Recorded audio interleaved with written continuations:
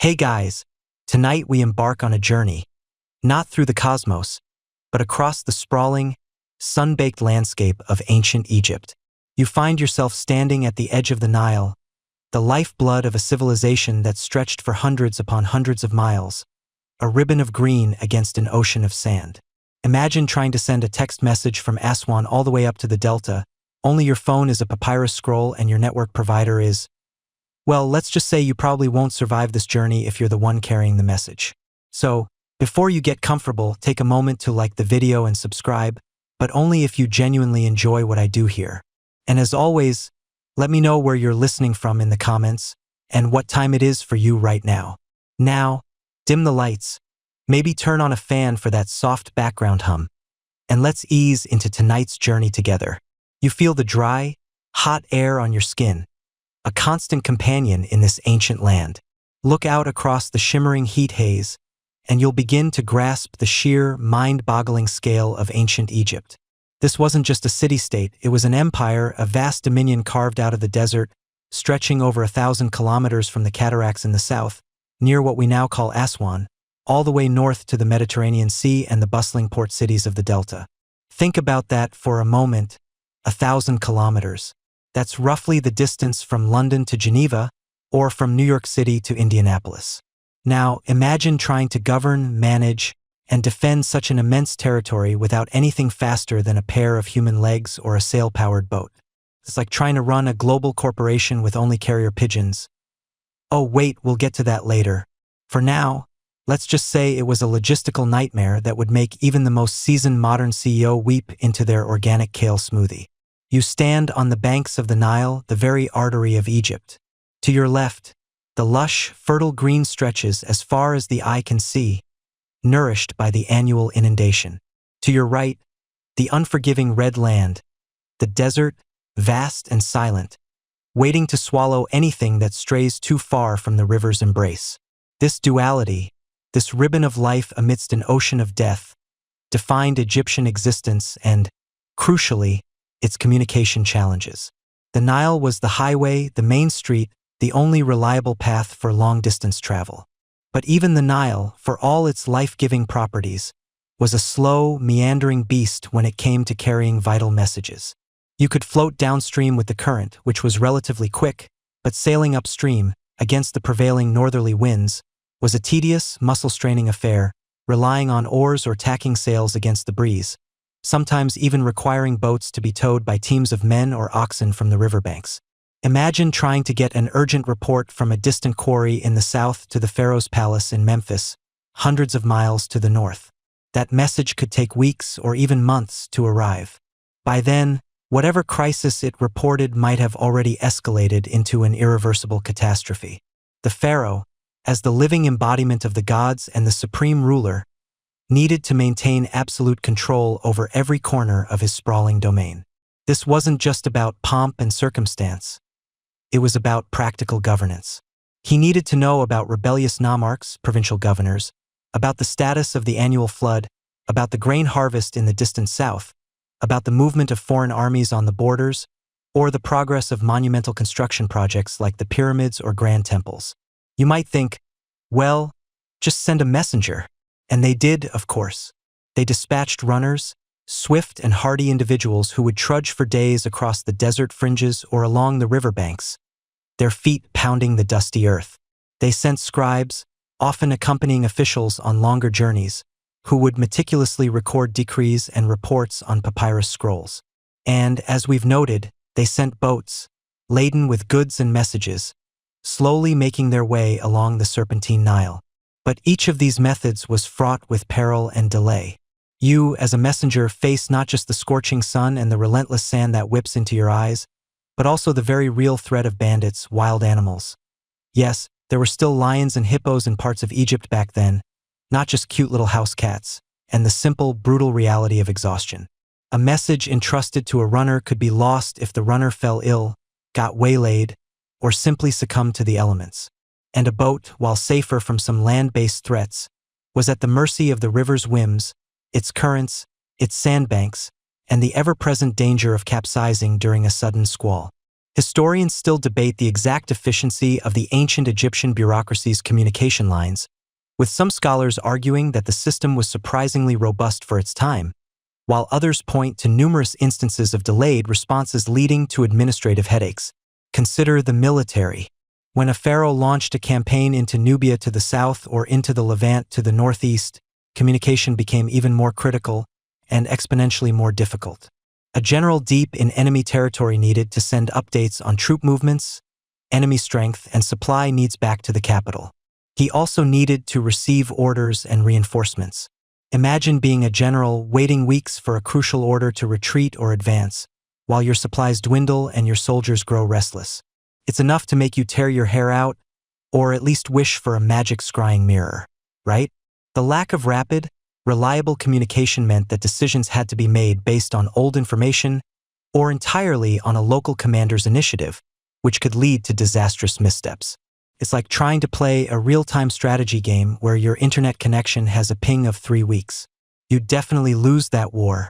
Even for everyday life and trade, the distances posed significant hurdles. A merchant in the Delta wanting to buy granite from a quarry near Aswan would have to factor in weeks, if not months, for orders to be placed and confirmed. This wasn't just an inconvenience, it was an economic bottleneck.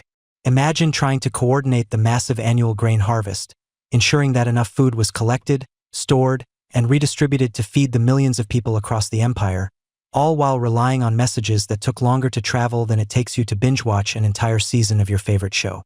The logistics were staggering. One particularly quirky tidbit about Egyptian communication difficulties is that some pharaohs reportedly had special fast boats, or even relays of runners stationed at various points along the Nile, specifically for urgent royal decrees, but even these elaborate systems were still limited by human endurance and the speed of the river. It wasn't exactly express delivery. The sheer administrative burden of managing an empire that, for centuries, stretched from the First Cataract to the Mediterranean, a mainstream historical fact that underscores the incredible organizational prowess of the Egyptians, simultaneously highlighted their greatest weakness, the chasm of distance. Pharaohs like Ramesses II, governing from cities like Pi-Ramses in the Delta, had to project their authority and collect taxes from territories hundreds of miles away in Upper Egypt. The time lag in reporting, in receiving instructions, in confirming compliance was immense. This constant, grinding delay, this slow churn of information, created a perpetual challenge for maintaining cohesion and control. It meant that local officials often had significant autonomy, simply because central command couldn't intervene quickly enough. It meant that rebellions could fester and grow before the pharaoh even heard a whisper of discontent. It meant that opportunities for trade or resource exploitation could be missed because the news arrived too late. So, you see, the vastness of ancient Egypt wasn't just a geographical feature. It was a fundamental problem.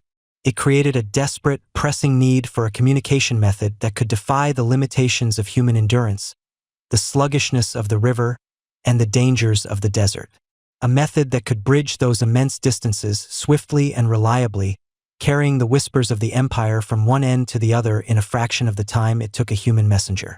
The stage was set, the problem was defined, and the ancient Egyptians, ever ingenious, would soon look to the sky for a solution.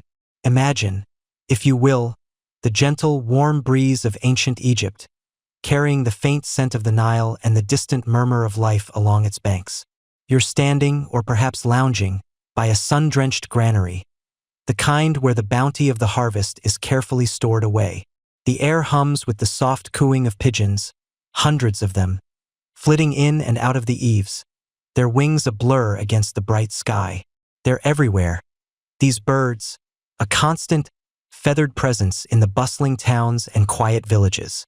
You see them pecking at fallen grains, roosting on the mud brick walls, and occasionally, you'll spot one soaring high, circling majestically before diving back down to its familiar perch. This omnipresence wasn't accidental. Pigeons were, for a very long time, an integral part of Egyptian life, long before anyone ever thought to strap a tiny scroll to their leg. You see, these birds, specifically the rock dove, the wild ancestor of our modern-day city pigeons, yes, the ones that eye your dropped croissant with alarming intensity, had a long history of coexisting with humans. They were an easily accessible source of food, their squabs providing tender meat, a welcome addition to the ancient Egyptian diet. Think of them as the original, self-reproducing, organic chicken nuggets of the ancient world. They were also, quite often, kept for their guano, a highly prized fertilizer that helped keep the fertile Nile Valley, well, fertile. So, in many ways, the Egyptians had already established a rather cozy relationship with these birds, building simple dovecotes, essentially pigeon apartment complexes, to encourage them to stick around. But beyond their culinary and agricultural utility, there was something else, something subtle but profound, that began to capture the attention of observant Egyptians. You'd watch a pigeon, perhaps one you'd kept in your own dovecote, accidentally get spooked or intentionally carried a short distance away.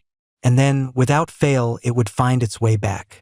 Time and time again, these birds, seemingly without a map or a tiny, feathered GPS, would navigate the vast, often featureless landscape and return to their home.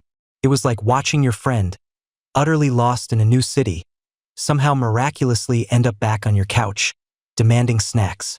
This wasn't just a quirk. It was a consistent, undeniable display of an inherent, almost magical, homing instinct.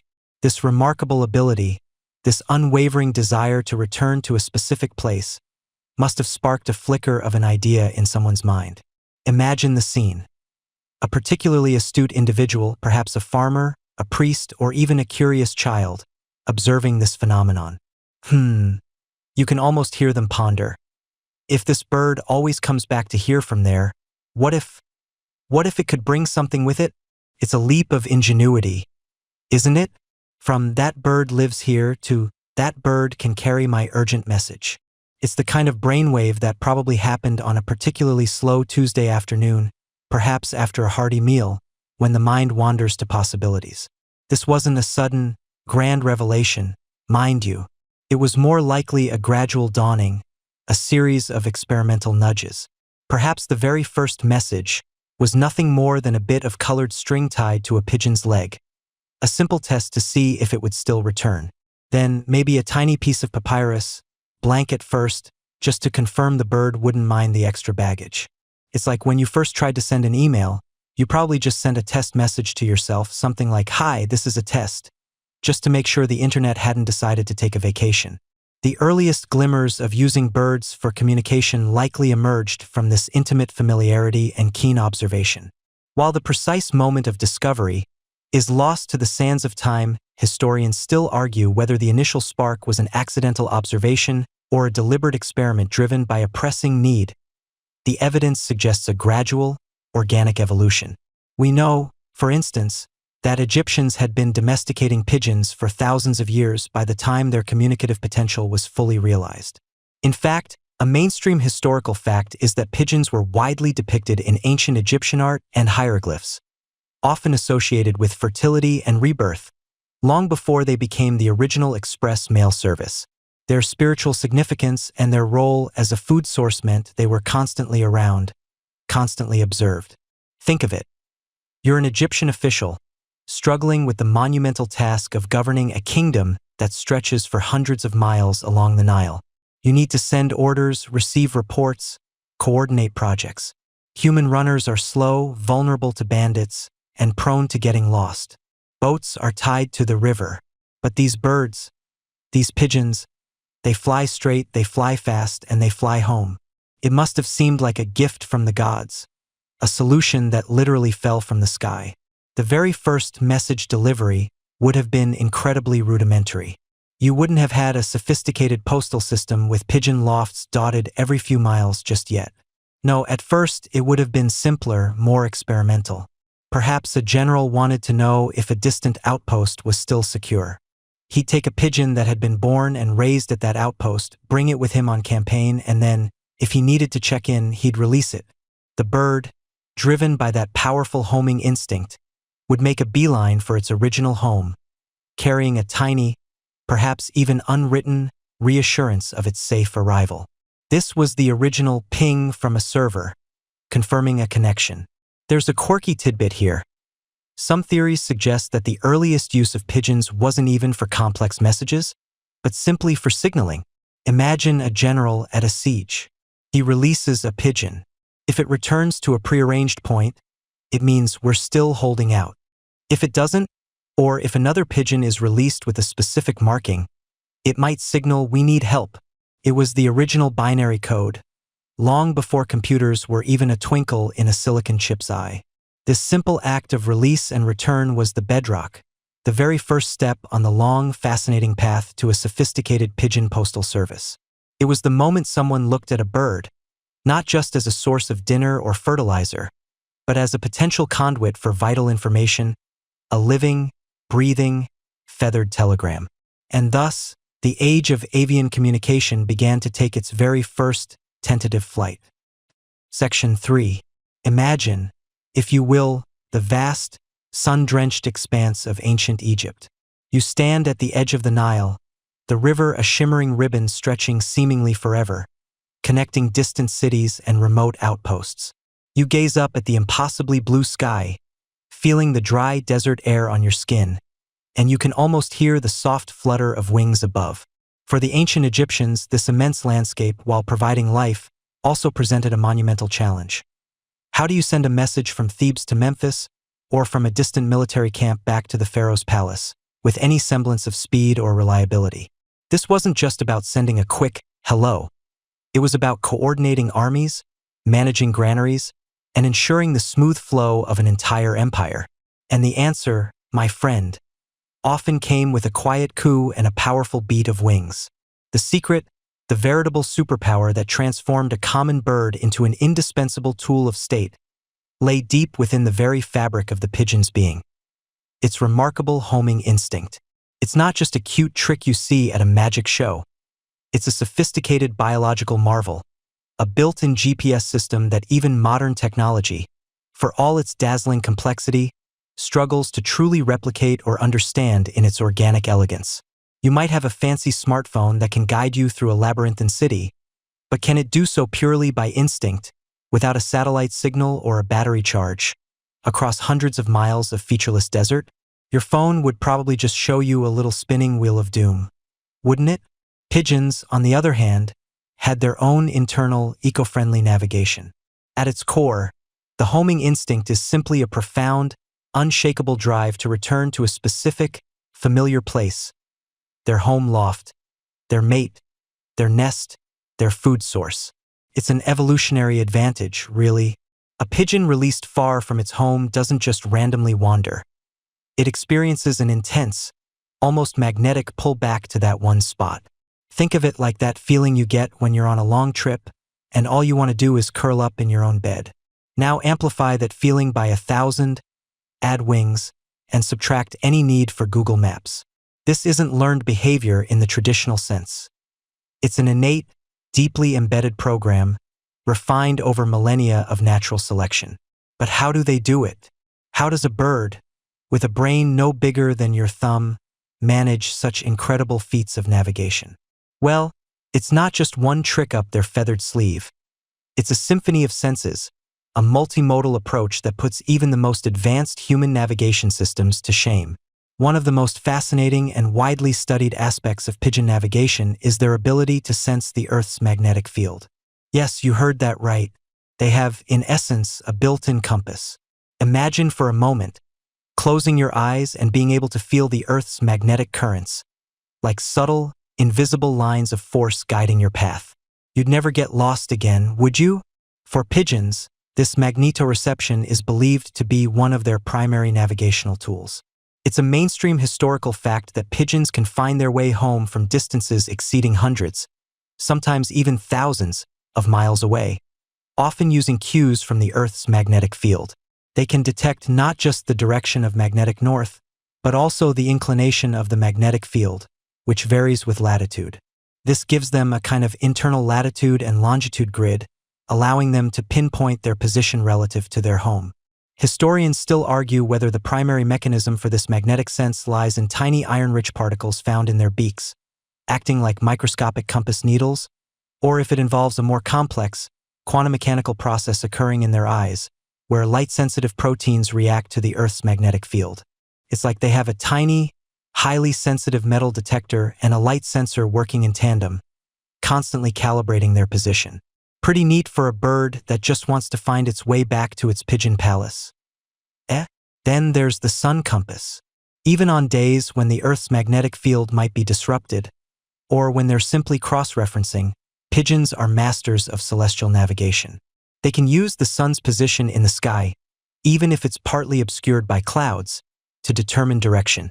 But here's the clever bit. The sun moves, right?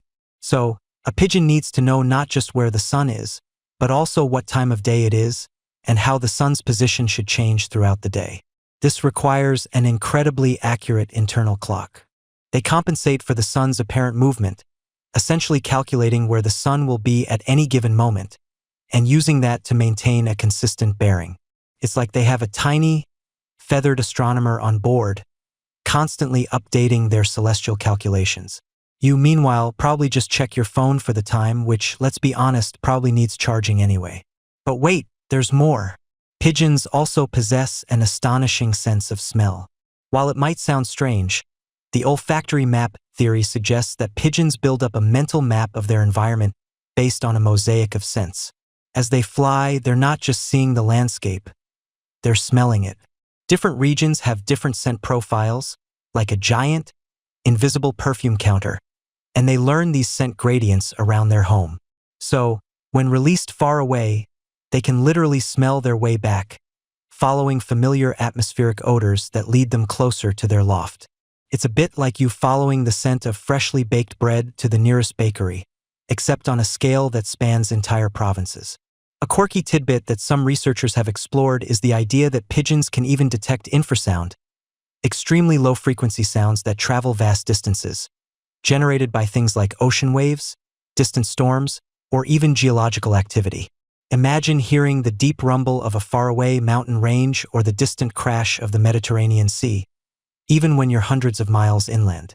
These subsonic whispers, undetectable to human ears, could provide another layer of navigation for these avian adventurers. And, of course, once they get closer to home, visual landmarks come into play. They're not just flying blindly through the sky. They're observing, remembering, and cataloging the landscape below. A distinctive bend in a river, a peculiar rock formation, a cluster of trees, or even the familiar outline of a village. These become signposts on their journey. Their memory banks are like a vast aerial Google Street View, constantly updated and referenced. They learn these visual cues through repeated flights, often taken with their trainers, solidifying their understanding of the terrain around their home base. It's the ultimate been there, done that navigation system. So, when an ancient Egyptian handler released a pigeon carrying a vital message, it wasn't just a hopeful fling into the sky. It was an act of faith in a creature equipped with an astonishing array of biological sensors and navigational software. The pigeon would launch itself upwards, often spiraling to gain altitude, not just to see the landscape, but to calibrate its internal compasses, to sniff the air currents, to feel the Earth's magnetic pull, and to lock onto the sun's position. It would process this torrent of information, triangulating its position, and then, with a determined beat of its wings, set a course directly for the one place it knew above all others, home. This wasn't just instinct. It was instinct elevated to an art form, a testament to nature's incredible ingenuity, ready to serve the needs of a sprawling empire. The ancient Egyptians didn't create this ability, of course, but they were certainly clever enough to recognize its profound potential and harness it for their ambitious communication networks.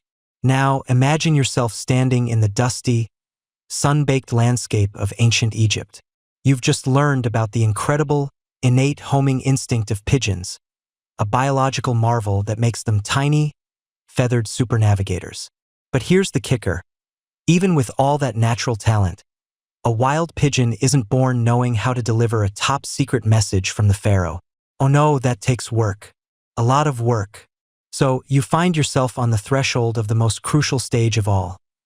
The patient, painstaking art of taming and training these remarkable birds.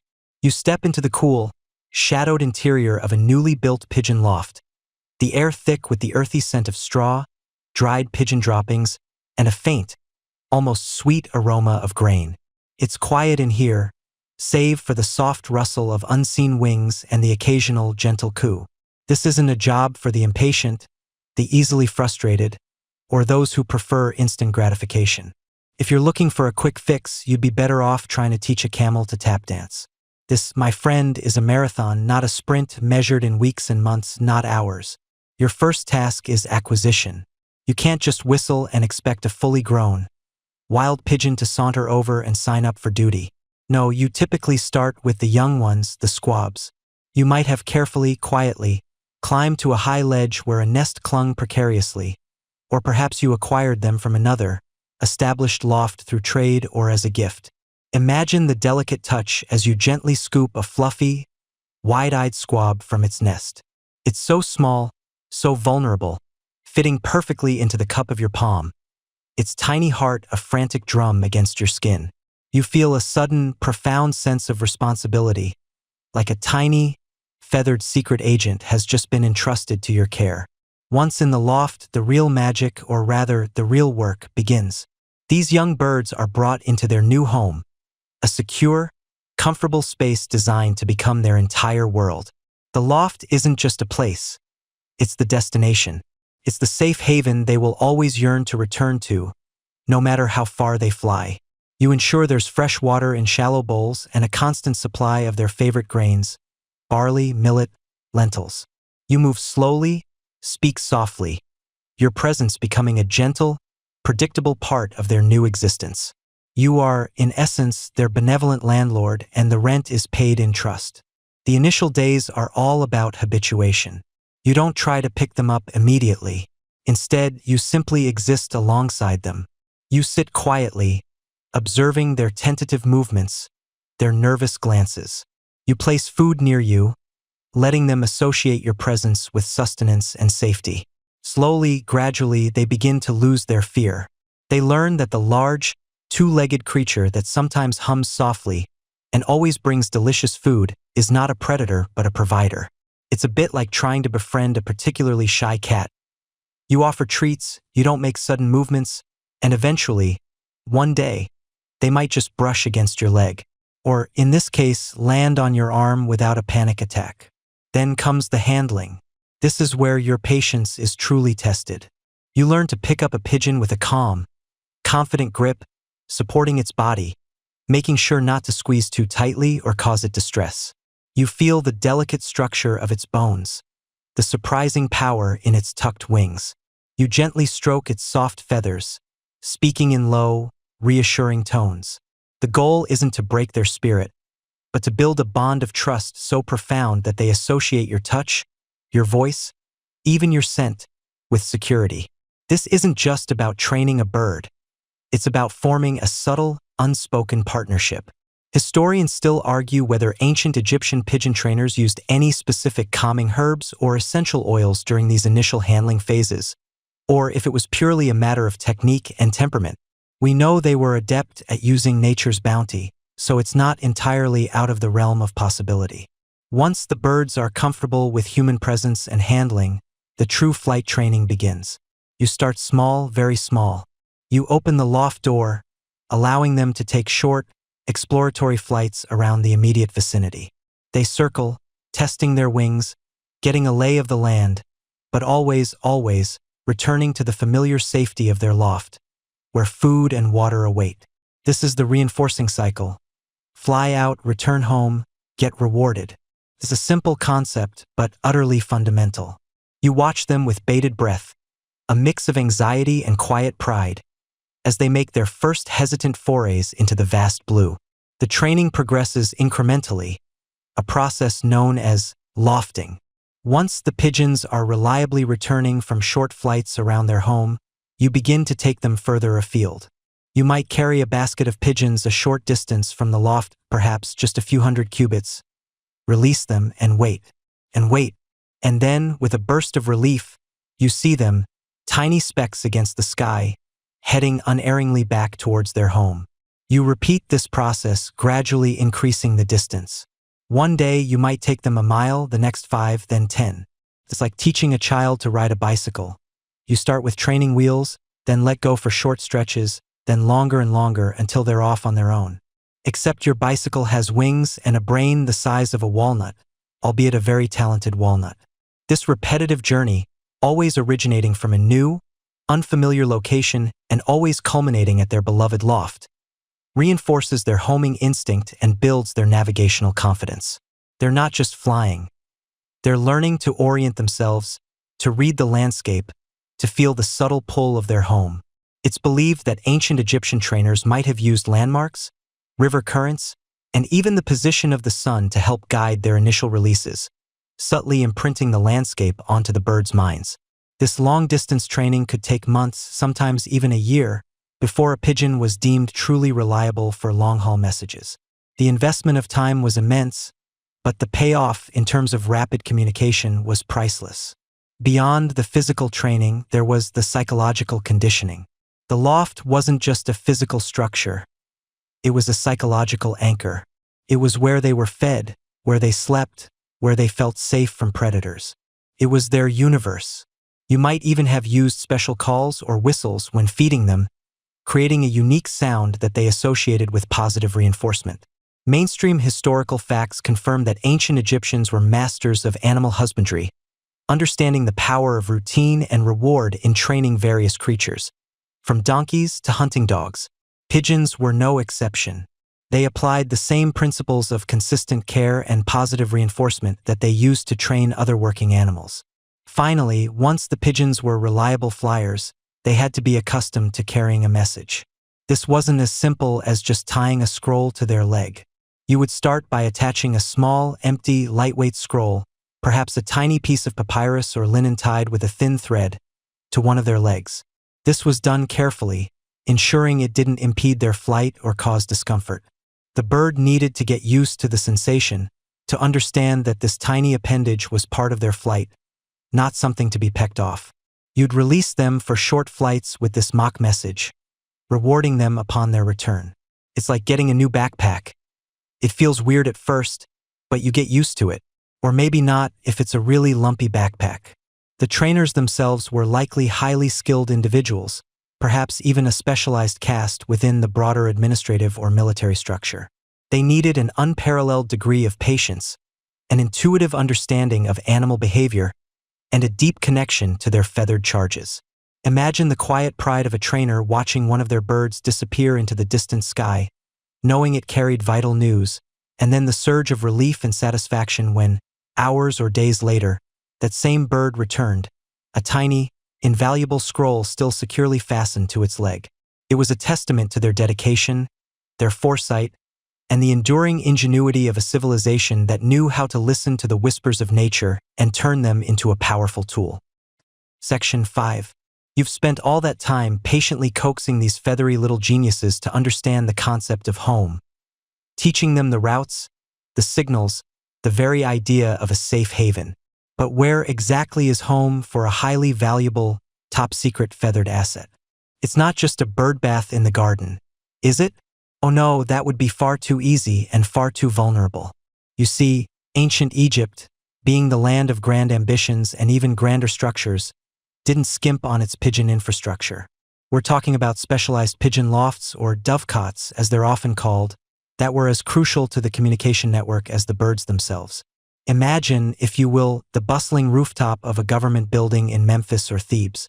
The sun beats down, making the mud brick walls shimmer, and the air hums with the distant sounds of the city below. But up here, there's a different kind of hum, the soft cooing and gentle fluttering of hundreds, perhaps thousands of pigeons, a living, breathing cloud of potential messages. These weren't just haphazard piles of sticks or abandoned corners. These were purpose-built avian condominiums, often constructed from the same readily available materials as human dwellings. Sun-baked mud bricks, timber for supports, and reeds for roofing. You'd probably notice the distinctive, often cylindrical or rectangular towers, honeycombed with countless small niches and openings. Think of it like a five-star hotel for pigeons, complete with tiny, personalized balconies and a surprisingly efficient check-in system. It's a bit like trying to find parking in a busy city, except instead of a car, it's a bird, and instead of a garage, it's a perfectly sized, sun-baked brick cubby just waiting for its feathered occupant. The design was ingenious in its simplicity and effectiveness. Each niche wasn't just a place to perch. It was a private nesting box, a secure little cubby where a pigeon could feel safe, lay its eggs, and raise its squabs. These openings, often arranged in neat rows, weren't just for aesthetics. They were carefully sized to allow easy entry and exit for the birds while deterring larger, unwelcome visitors. You can almost smell the dry, earthy scent of the mud brick, mixed with the distinct, slightly dusty aroma of many birds, the warmth radiating from the walls like a gentle, ancient embrace. Why rooftops, you ask? Several reasons, all rather clever. Firstly, it offered a commanding view, making it easier for the birds to orient themselves on their return journeys. A clear line of sight from miles away would guide them home. Secondly, it provided a significant degree of security from ground-level predators. You don't want a sneaky jackal or a particularly ambitious house cat making off with your critical intelligence, do you? And thirdly, it kept the valuable pigeon guano, their droppings, which were an incredibly important fertilizer, away from everyday foot traffic, ready for easy collection. Some lofts, particularly those associated with temples or pharaonic estates, could be quite grand, almost architectural statements in themselves, integrated into larger complexes, sometimes even forming part of the defensive fortifications. We're not just talking about a shed in the backyard. These were strategic assets. But building the loft was only half the battle. Keeping it operational, healthy, and productive was a full-time job. And when I say full-time, I mean it. You might think being a pigeon keeper sounds like a chill gig, but it involved a level of dedication that would make even the most obsessive modern pet owner blush. The ancient Egyptians were meticulous record keepers, and this attention to detail extended to their animal husbandry, including their pigeons.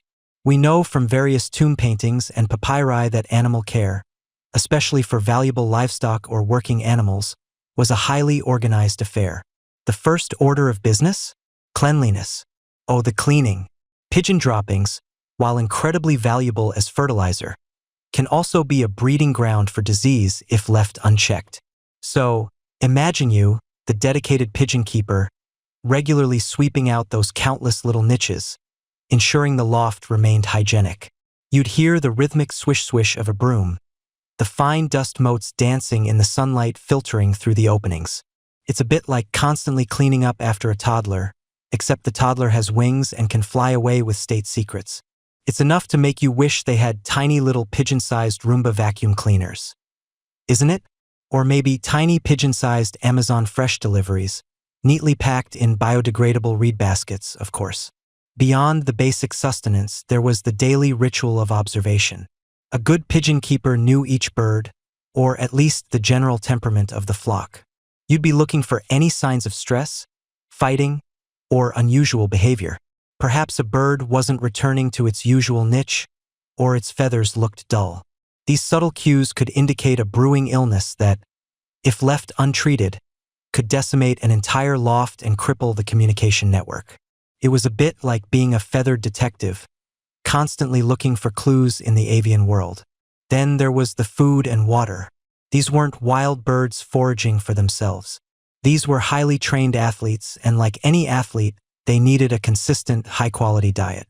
So you'd be responsible for providing fresh water, often in large, shallow basins, and a steady supply of grains, barley, wheat, millet, whatever was locally abundant and nutritious. This involved careful storage to prevent spoilage or rodent infestation. Imagine lugging sacks of grain up to the rooftop every day under the blazing Egyptian sun. Your biceps would be ripped. The desert, as you might imagine, is a vibrant ecosystem, full of creatures looking for an easy meal, and a loft full of plump, juicy pigeons would have been a five-star buffet. Snakes, particularly cobras, were a constant threat, slithering up walls or through ground-level openings. Rats and other rodents, always drawn to grain stores, posed another problem, not just for eating the food but also for preying on eggs and squabs. And then there were the aerial predators, falcons, hawks, and kites, ever circling, ever watchful. So you, the vigilant keeper, would be constantly on guard, perhaps setting simple traps, designing the loft with narrow, protected entry points for the birds, and maybe even employing guard dogs or, perhaps more controversially, cats, though that last one seems a bit counterintuitive when your assets are birds, doesn't it? It was a constant game of avian chess against nature, played out daily on the sun-baked rooftops. Historians still argue whether specific breeds of cats were intentionally kept near dovecotes for pest control, or if their presence was more incidental, given their general role in Egyptian households. It's a fascinating little side note to ponder as you drift off, imagining a feline protector trying its very best to not eye up the very creatures it's supposed to be guarding. A healthy pigeon is a happy pigeon, and a happy pigeon is a reliable messenger. So, the pigeon keeper was also the loft's primary veterinarian. You'd be constantly monitoring the birds for any signs of illness, injury, or distress. A limping bird, a ruffled feather, a lack of appetite, these were all red flags that needed immediate attention. While we don't have detailed records of ancient Egyptian avian medicine, it's reasonable to assume they had remedies for common ailments, perhaps herbal concoctions applied as poultices or administered with food, or simple wound care using clean water and bandages made from linen scraps. The survival of such a valuable network depended on maintaining peak avian health. And then there's the breeding program. To sustain a robust communication network, you need a constant supply of new, healthy birds, ready to be trained. This meant carefully managing the breeding pairs, ensuring genetic diversity to prevent inbreeding weaknesses, and meticulously raising the squabs, baby pigeons, from hatching until they were old enough to begin their rigorous training. It was a bit like running a highly specialized, top-secret bird nursery and kindergarten combined. You'd have to monitor nesting, ensure adequate space, and separate aggressive birds to prevent squabbles and protect the vulnerable young. No drama allowed in the pigeon penthouse. Some ancient Egyptian dovecotes, particularly later ones from the Roman period in Egypt, were so vast they could house thousands of birds, producing literal tons of guano annually. This guano was so incredibly valuable as a fertilizer that it was sometimes used as a form of currency or traded extensively, almost like a precursor to modern-day commodities markets. It was the black gold of ancient agriculture, literally, and the sheer scale of its production from these pigeon palaces is truly mind-boggling. Imagine a whole economy built partly on bird droppings. Who were these dedicated individuals, these unsung heroes of ancient communication? They were skilled workers, often part of the temple or royal administration, specifically tasked with managing these avian assets. Their role was critical, and their knowledge of pigeon behavior, health, and breeding would have been honed over years of diligent practice and inherited wisdom. The lofts themselves, containing such valuable living assets and the potential for critical intelligence, would have been secured, perhaps locked at night and always under watch. You wouldn't want a rival pharaoh just popping over and borrowing your best homing pigeon, would you?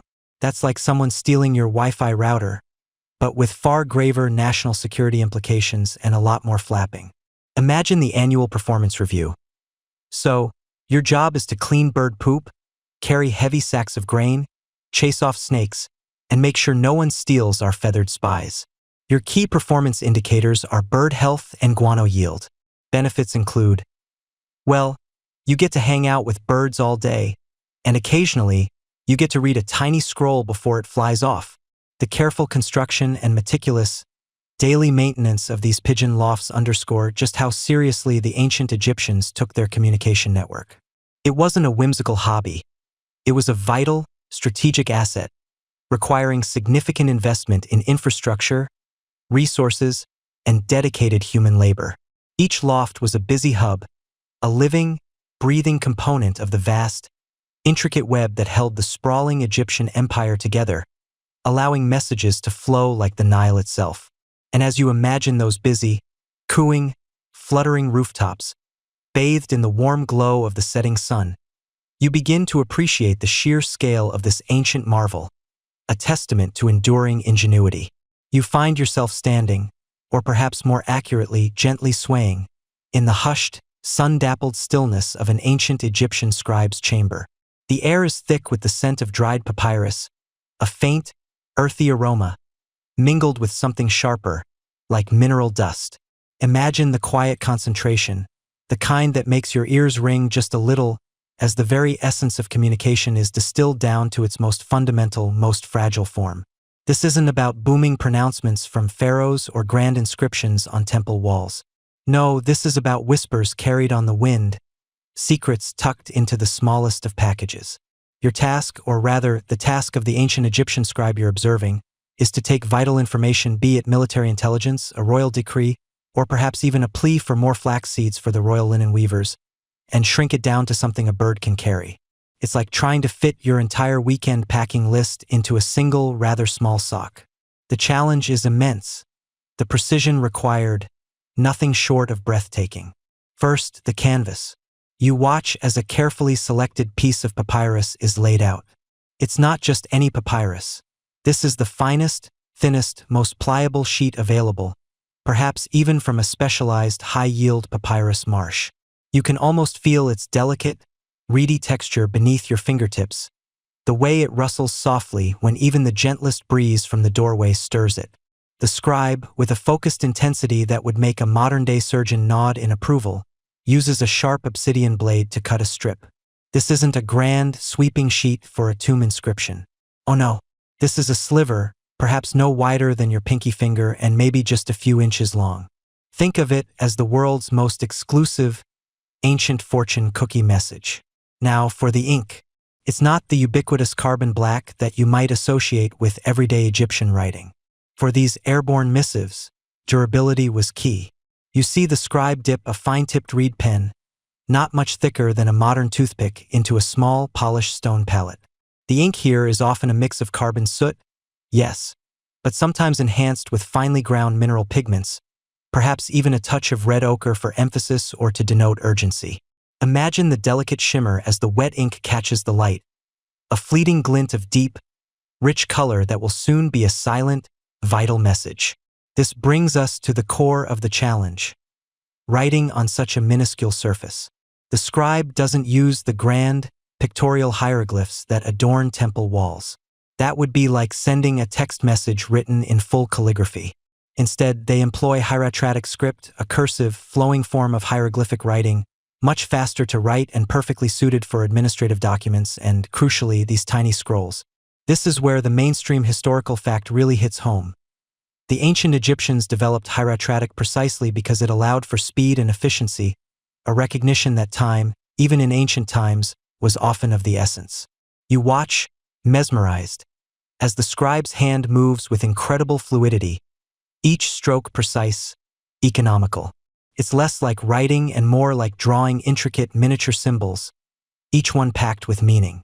You can almost hear the faint scratch of the reed pen on the papyrus, a whispery sound that underscores the quiet intensity of the moment.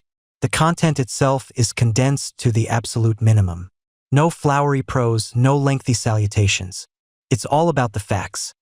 Sender, recipient, date, sometimes, and the message itself, pared down to its skeletal essence. Imagine trying to explain quantum physics in a tweet, but without the benefit of emojis. That's the level of conciseness we're talking about here. Historians still argue whether certain standardized abbreviations or codes were regularly used to further compress information, a kind of ancient Egyptian shorthand that would make deciphering these tiny scrolls even more of a puzzle for us today. Was there a secret language of the pigeons? Probably not, but it's a fun thought, isn't it? Once the message is meticulously penned, it needs to dry. You see the scribe carefully lay the tiny strip aside on a clean, smooth stone slab, allowing the desert air to gently wick away the moisture. This isn't a quick process, especially if the ink is thicker to ensure longevity. Patience, you realize, is not just a virtue in ancient Egypt, it's a job requirement. You can almost smell the drying ink, a subtle, almost metallic scent that hints at the minerals within. Now comes the truly delicate part, rolling the scroll. The scribe picks up the dried message with the utmost care, using only the tips of their fingers. They begin to roll it from one end, tightly, evenly, until it forms a miniature cylinder, often no thicker than a toothpick, sometimes even finer. The goal is to create a compact, durable package that won't unravel mid-flight and won't snag on anything. It's like rolling the world's tiniest, most important cigarette, only instead of tobacco, it's packed with intelligence that could decide the fate of a battle or the success of a trade negotiation. This meticulous rolling ensured the message was protected from the elements and from being easily damaged by the pigeon's movements. With the message prepared, the focus shifts to the messenger itself. A handler, often the same individual who trained the birds, brings a pigeon forward.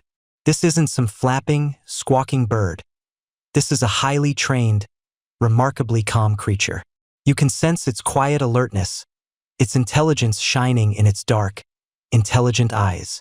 It sits patiently, perhaps on the handler's wrist, occasionally preening a feather, seemingly aware of the gravity of the situation.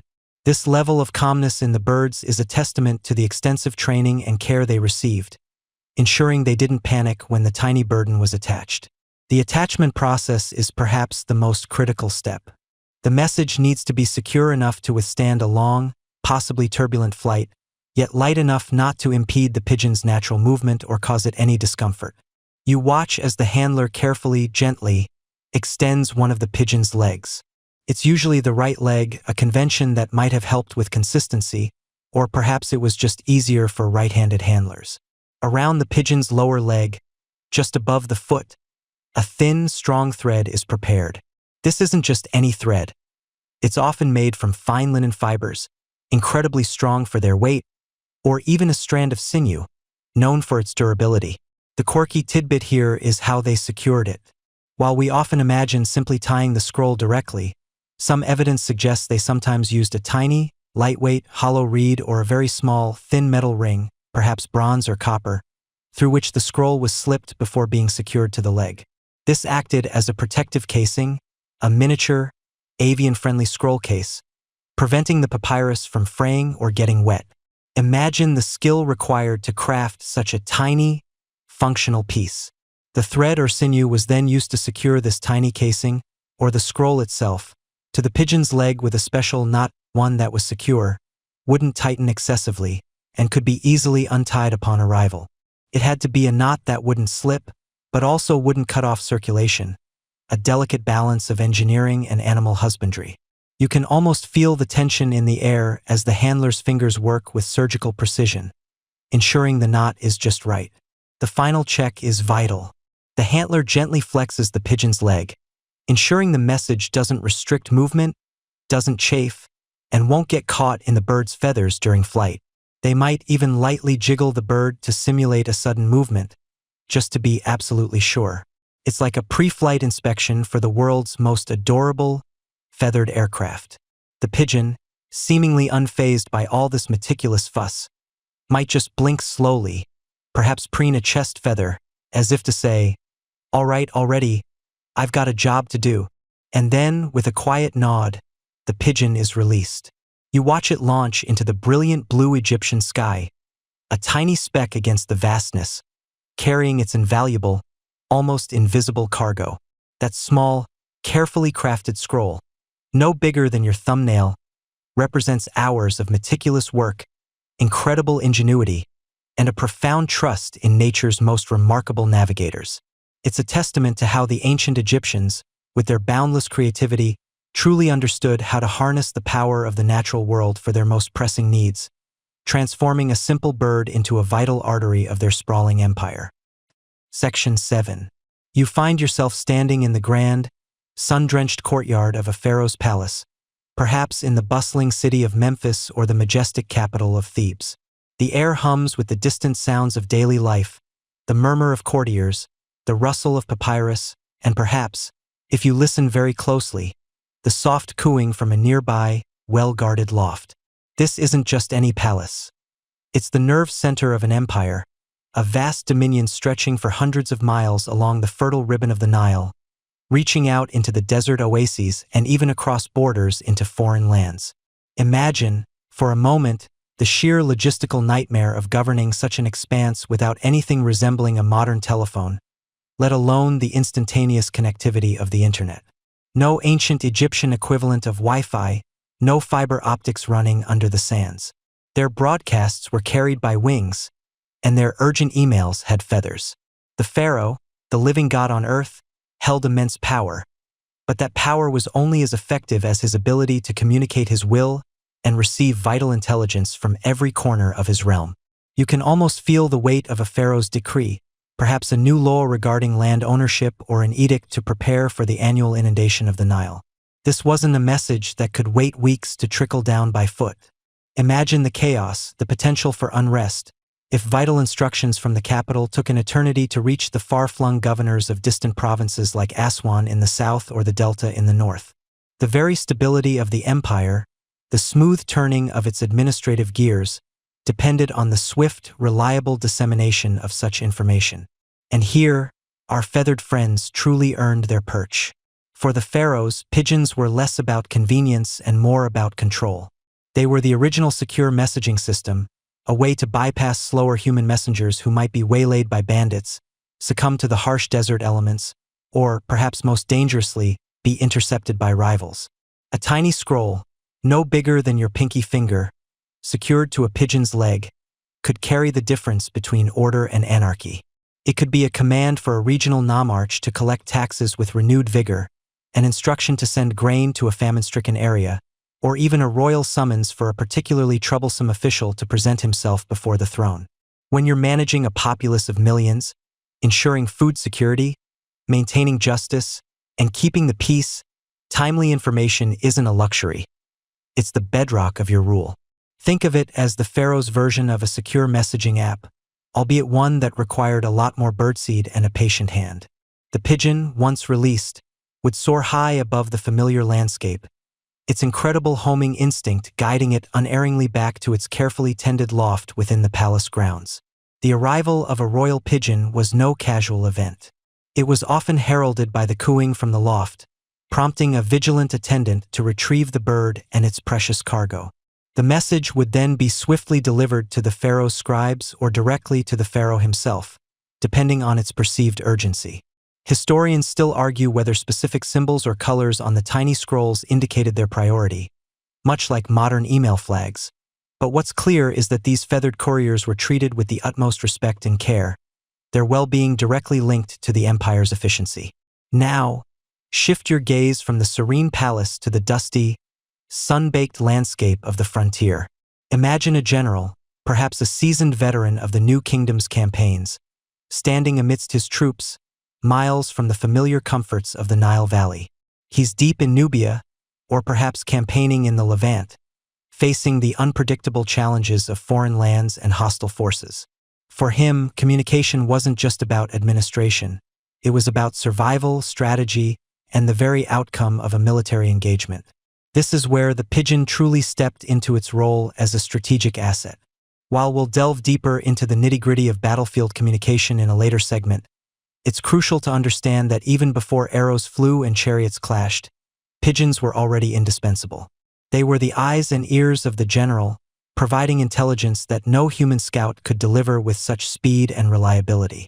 You see, a human messenger might take days or even weeks to cover the distance between a forward outpost and the main army camp, or between the camp and the capital.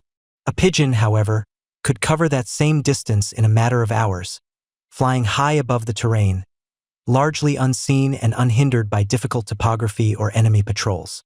Consider the kind of critical strategic updates that would have been ferried by these avian warriors. A general might need to inform the pharaoh of the exact strength and disposition of an enemy army encountered deep in hostile territory.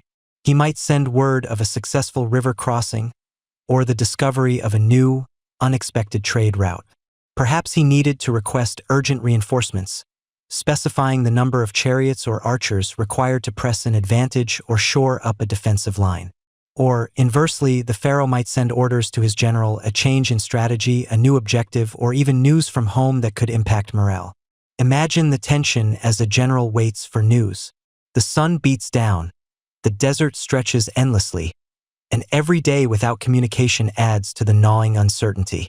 Then, a speck appears in the sky, growing steadily larger, until you recognize the familiar silhouette of one of your trained pigeons, making its beeline for the mobile loft set up near the command tent. That moment, when the bird lands, panting slightly, its tiny message tube glinting in the sun, must have been akin to receiving a vital text message after days of no signal. It's the difference between making an informed decision and flying blind. It's the difference, potentially, between victory and defeat. A mainstream historical fact that underscores this reliance is the sheer administrative complexity of the new kingdom under pharaohs like Thutmose III or Ramses II. These were rulers who commanded vast armies, undertook ambitious building projects, and maintained diplomatic relations across the Near East. To manage such an empire, they needed an efficient communication system. While the famous Amarna letters, an archive of diplomatic correspondence on clay tablets, show that human messengers and slower methods were certainly used for official state-to-state communication, Pigeons offered a faster, more discreet alternative for internal administrative and military updates, especially over short to medium distances where speed was paramount. One quirky or fringe tidbit you might ponder is whether the pharaohs ever used pigeons for more personal, albeit still administrative, messages. Could a pharaoh, perhaps growing weary of the endless official reports, have sent a pigeon with a quick note to a trusted vizier, asking for an update on the progress of his new funerary temple without the usual formal channels? Or perhaps a general, after a particularly grueling campaign, might have sent a pigeon back to his family in Thebes, not with military secrets, but a simple, reassuring message that he was well, knowing that such a personal touch could only be delivered by a trusted, feathered friend. It's fun to imagine the human element behind these grand systems. The reliability of pigeon post also extended to logistical matters. Armies, especially large ones, were hungry, thirsty beasts that required constant resupply. Imagine a general discovering an unexpected shortage of grain or a sudden need for more arrows. Sending a human messenger back to the nearest supply depot could take days, by which time the army might be facing starvation or be critically under-equipped.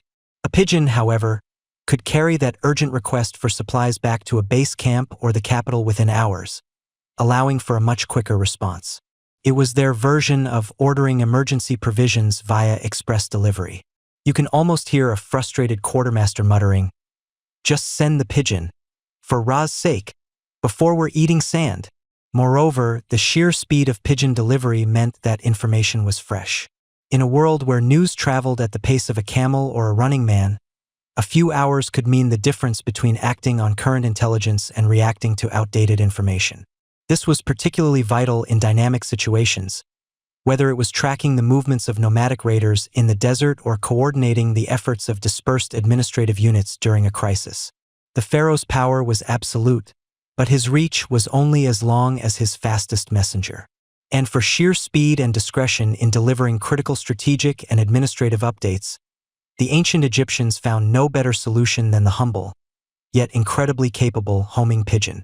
Now, imagine the ancient world, not in its peaceful harvest season or the quiet hum of a bustling market, but in the throes of conflict.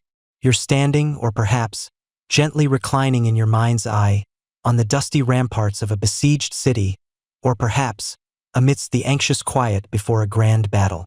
The air is thick with tension, the scent of fear and unburnt with smoke hanging heavy. How do you, a military commander or a pharaoh far from the front lines, communicate when every road is blocked, every human messenger a target? This, my sleepy historians, is where our feathered friends, the pigeons, truly soared into their legend. You see, in times of war, communication isn't just important. It's absolutely everything. It's the lifeblood of an army, the nervous system of an empire under duress. Without it, a mighty force becomes a collection of isolated, blind units. And during sieges, when a city or fortress was encircled by enemy forces, the problem of communication became a desperate, nail-biting challenge. How do you get a message out, pleading for reinforcements, detailing the dwindling supplies, or reporting the enemy's latest strategy? And conversely, how do you get crucial orders in, perhaps telling the defenders that relief is on its way, or instructing them to hold out for just one more day? Human runners faced almost certain capture or death. Smoke signals were too vague and easily misinterpreted, especially if the wind wasn't playing nice. And let's be honest, trying to explain a complex battle plan with smoke signals sounds like a terrible game of charades, doesn't it? This is where the pigeon, with its incredible homing instinct, became an indispensable winged lifeline. Imagine the scene. Inside a besieged fortress, the commander, his face etched with worry lines, holds a tiny scroll. It's written on papyrus, so thin it's almost translucent, rolled tightly and tied with a delicate thread. This isn't just any message. It's a plea for survival, a report on the enemy's sapping operations beneath the walls, or perhaps a desperate cry for water. A trusted soldier carefully attaches it to the leg of a pigeon, one that was likely brought into the city before the siege began, knowing it would fly back to its home loft, probably at the pharaoh's palace or a nearby military outpost. You watch as the pigeon is released, a tiny, fluttering speck against the vast, hostile sky.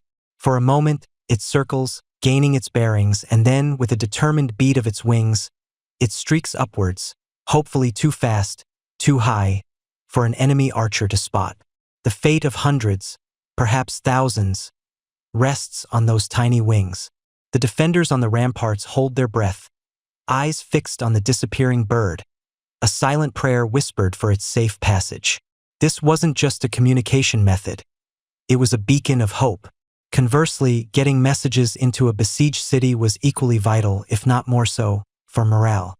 If the pharaoh's army was marching to relieve the siege, the besieged needed to know. A pigeon, released from the approaching relief force, carrying a message like "Hold fast, we arrive at dawn," could turn a despairing, exhausted garrison into a renewed, resolute fighting force. You can almost feel the surge of relief, the renewed determination that would ripple through the ranks upon the arrival of such a message. It's like getting a text from your best friend saying they're bringing pizza, just when you thought you were out of snacks. Pure, unadulterated joy. Beyond sieges, pigeons were crucial on the open battlefield. Ancient Egyptian armies, though disciplined, stretched for miles across deserts and plains. Commanders needed rapid intelligence. The enemy's left flank is weakening. Our chariots are engaging their infantry. We need reserves on the right. These weren't messages that could wait for a runner to traverse a mile of chaotic, dust-choked ground filled with fighting men. A pigeon, released from a forward observation post or even from a commander's mobile loft, could deliver this vital intelligence within minutes. Think of it.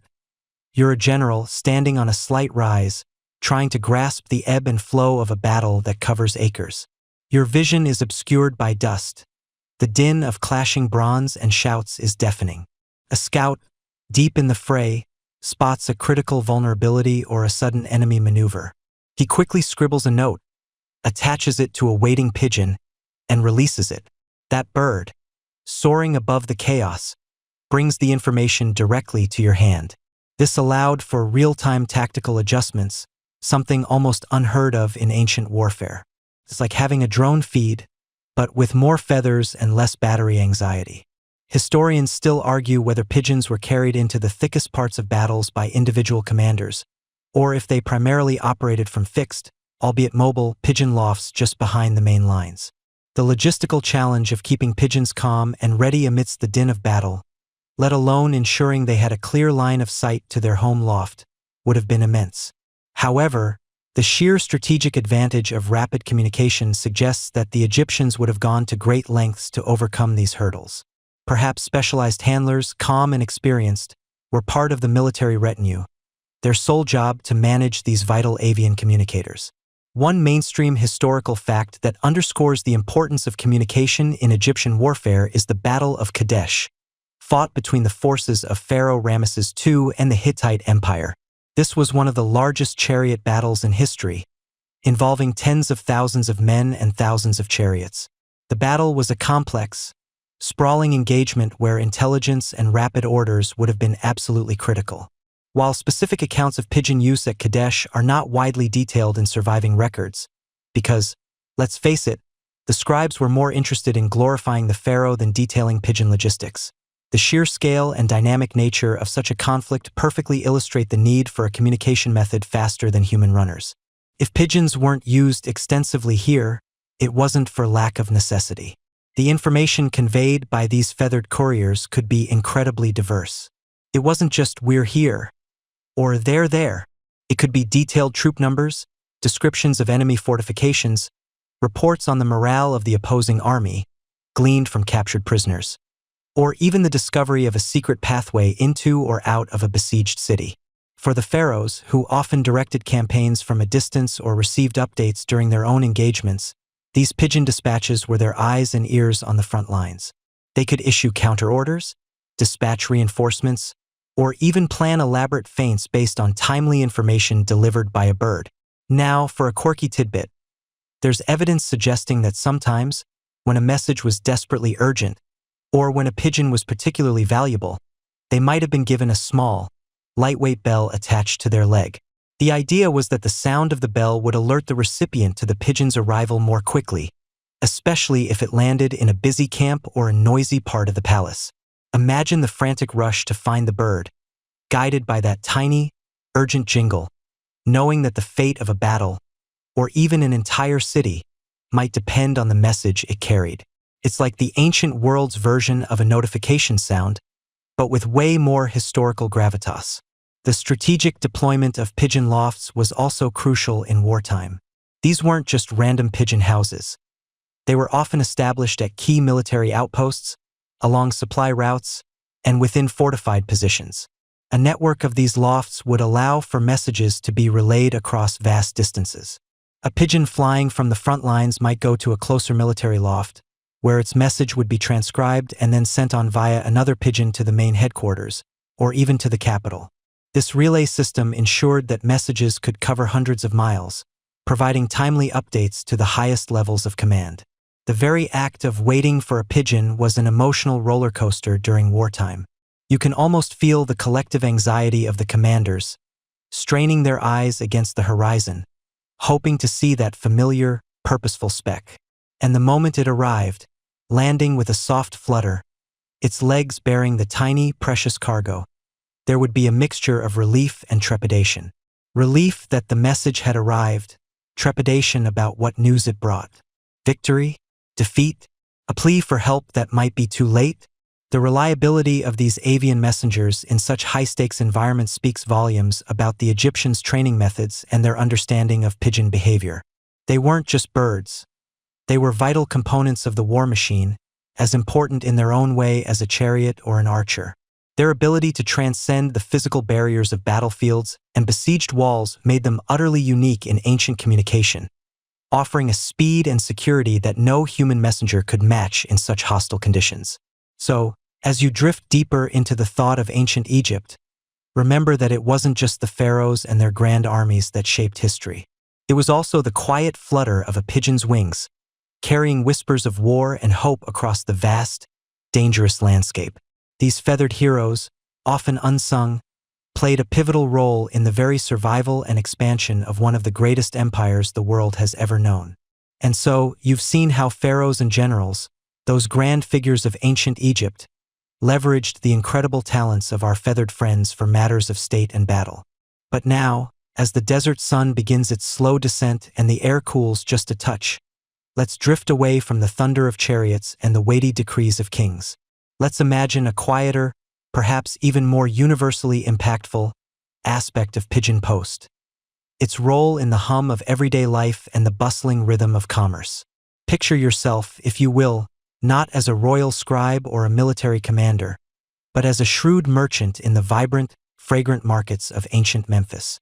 The air around you is thick with the scent of spices, the low murmur of haggling voices, and the distant bray of a donkey. You're dealing in fine linen, perhaps, or rare woods brought up the Nile from the south. Your most pressing concern isn't a Nubian skirmish, but the fluctuating price of grain in distant Thebes, or the latest demand for papyrus in the delta city of Perwajet. In an era where a journey by boat or foot could take weeks, even months, how do you stay competitive? How do you know when to buy low and sell high, or when a new shipment has finally arrived at the docks? This is where our silent, swift little couriers truly shone. You dispatch a pigeon, not with a decree of war, but with a tiny, rolled-up message containing a simple query: what is the market price for emmer wheat in Thebes today? Or, has the shipment of cedar from Byblos arrived at the northern port?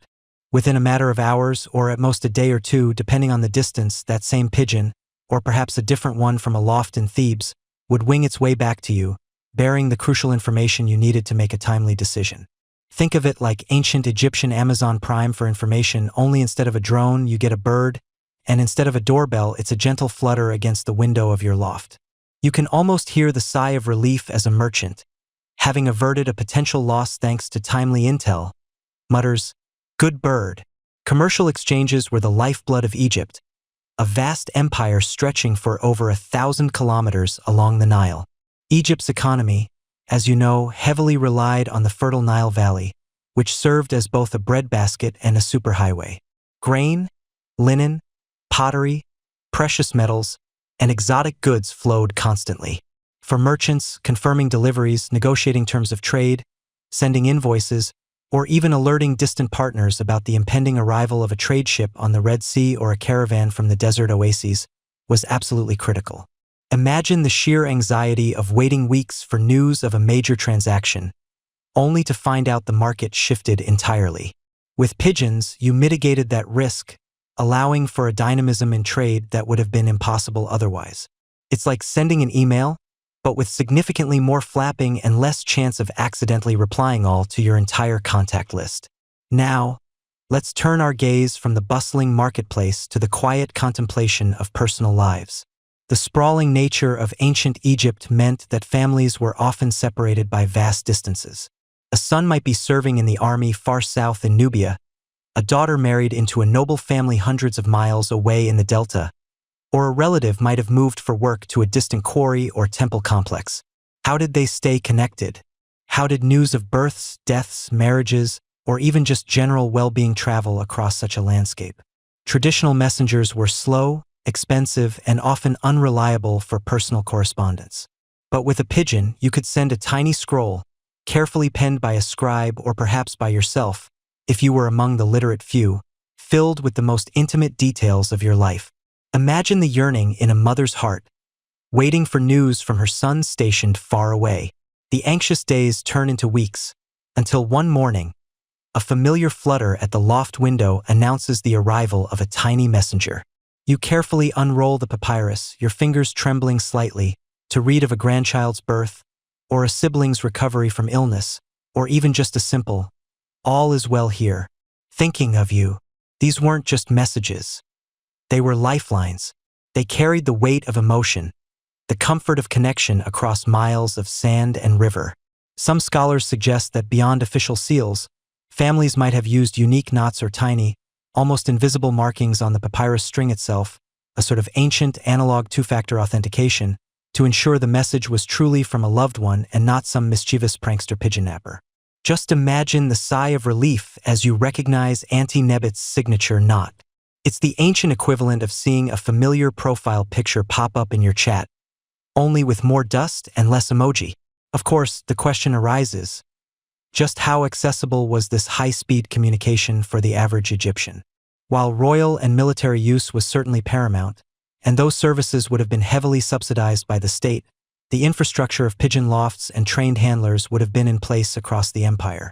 So, for well-to-do merchants, scribes, minor officials, or even prosperous farmers who had a vested interest in timely information, accessing Pigeon Post for commercial or important personal matters would have been a distinct possibility. Historians still grapple with the exact accessibility of this service for the average Egyptian. Was it a luxury reserved for the elite, or did state infrastructure make it more broadly available, at least for important personal matters, perhaps for a fee or through a patron? It's a fascinating little puzzle, isn't it? The beauty of the pigeon, from its own perspective, is that it doesn't care about the content of the message. To the bird, whether it's a declaration of war or a request for a specific type of dried fish from the market, it's just a weight on its leg and a destination in its mind. It flies with the same determined efficiency, whether it's carrying orders to besiege a fortress or an ancient Egyptian equivalent of a grocery list. Pick up more dates, honey, and we're out of coal. So, as you settle deeper into your pillow, consider the silent, swift threads that connected the lives of ancient Egyptians. From the grand strategies of pharaohs to the quiet anxieties of a mother awaiting news, from the high stakes of international trade to the simple longing for connection, the homing pigeon served as an indispensable link. It transformed a vast, sprawling land into a network of communication, making the immense distances just a little bit smaller and the waiting just a little bit shorter. You're nestled in your comfy bed, the soft glow of your nightlight just casting shadows on the wall, and you're probably thinking, okay, so the Egyptians had pigeons, they trained them, they sent messages, but were all pigeons created equal? And that, my friend, is a truly excellent, deeply insightful question. Because, spoiler alert, no, they absolutely were not. Just like not every human is destined to be an Olympic sprinter or a master chef, not every pigeon was cut out for the high-stakes, high-flying world of ancient Egyptian message delivery. Imagine, if you will, you're an ancient Egyptian pigeon master. Your job isn't just to feed these feathered bundles of joy, it's to ensure the pharaoh's urgent decrees, or a general's critical battle plans, actually reach their destination. This isn't a hobby. It's a vital part of the empire's nervous system.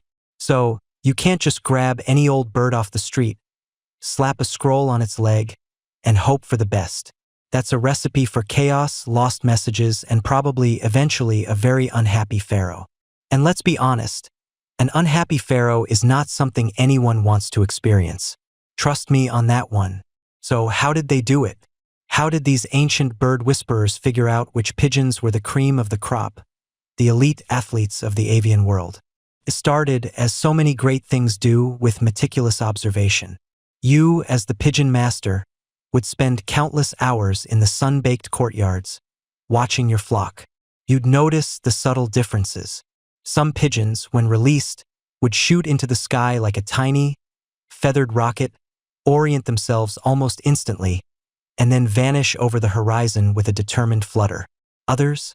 Well, they might circle a bit, perhaps land on a nearby roof for a quick gossip session with a local sparrow, or even seem to forget what they were supposed to be doing entirely. Oh, right, message. Almost forgot. Just admiring this lovely piece of grain here. Not exactly the kind of dedication you're looking for in a critical communication network. You'd be looking for speed, yes, but also endurance. A pigeon might be fast for a short sprint, but could it maintain that pace over the vast, often featureless, desert landscape? Could it push through a sudden sandstorm, or navigate by the faint glow of the stars if released at dusk? You'd observe their wing beats, strong, rhythmic, powerful, not frantic or weak. You'd look at their general health, their alertness, their clear, bright eyes. A robust, healthy bird is less likely to succumb to exhaustion or illness mid-flight, which, is kind of important when it's carrying the news of an impending invasion. Then there's the homing instinct itself. While all pigeons possess it to some degree, some are simply superior. They just know. They have an innate GPS system that puts any modern smartphone to shame, guiding them unerringly back to their loft, sometimes from hundreds of miles away. You'd test this. You'd take a group of young birds, release them from a relatively short distance, then progressively further. You'd note their return times, their consistency. The ones that consistently returned quickly and reliably, those were your star pupils. The ones that got lost or took days to wander back, well, they probably ended up as dinner or perhaps were relegated to less prestigious roles like a very pretty but ultimately unemployed pet. Harsh, perhaps, but this was serious business. This systematic observation and testing was the foundation of what we might call rudimentary selective breeding. It wasn't genetics in the modern sense, with DNA sequencing and controlled experiments in sterile labs. No, this was far more intuitive, far more hands-on. When you saw a pair of pigeons consistently producing offspring that demonstrated these superior traits, the speed, the endurance, the unerring homing instinct, you'd prioritize those pairs for breeding. You'd ensure their young were carefully nurtured, given the best food, and subjected to the same rigorous training regimen. Conversely, pigeons that consistently underperformed, or whose offspring were lackluster, would simply not be allowed to breed. It's like being an ancient Egyptian talent scout, but for birds. You're building a dynasty of feathered champions, one generation at a time. This long-term, patient approach, focusing on the offspring of the best performers, gradually strengthened these desirable traits within their pigeon populations.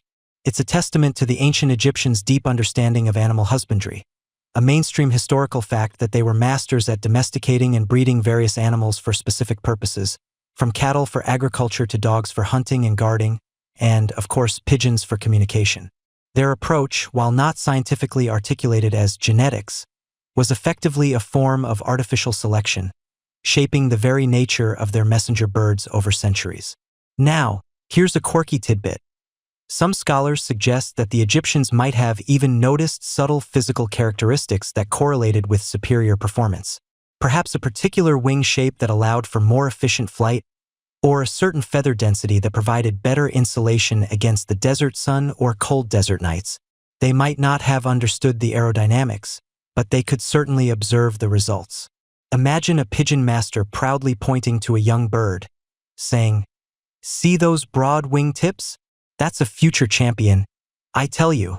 It's a bit like a modern athlete spotting a natural talent, instinctively knowing who has it. Historians still debate whether the Egyptians actively maintained distinct breeds of homing pigeons in the same way we think of dog breeds today, with formal standards and pedigrees. It's more likely they developed highly effective strains or lines within their general pigeon populations, continually improving them through this process of careful selection and breeding.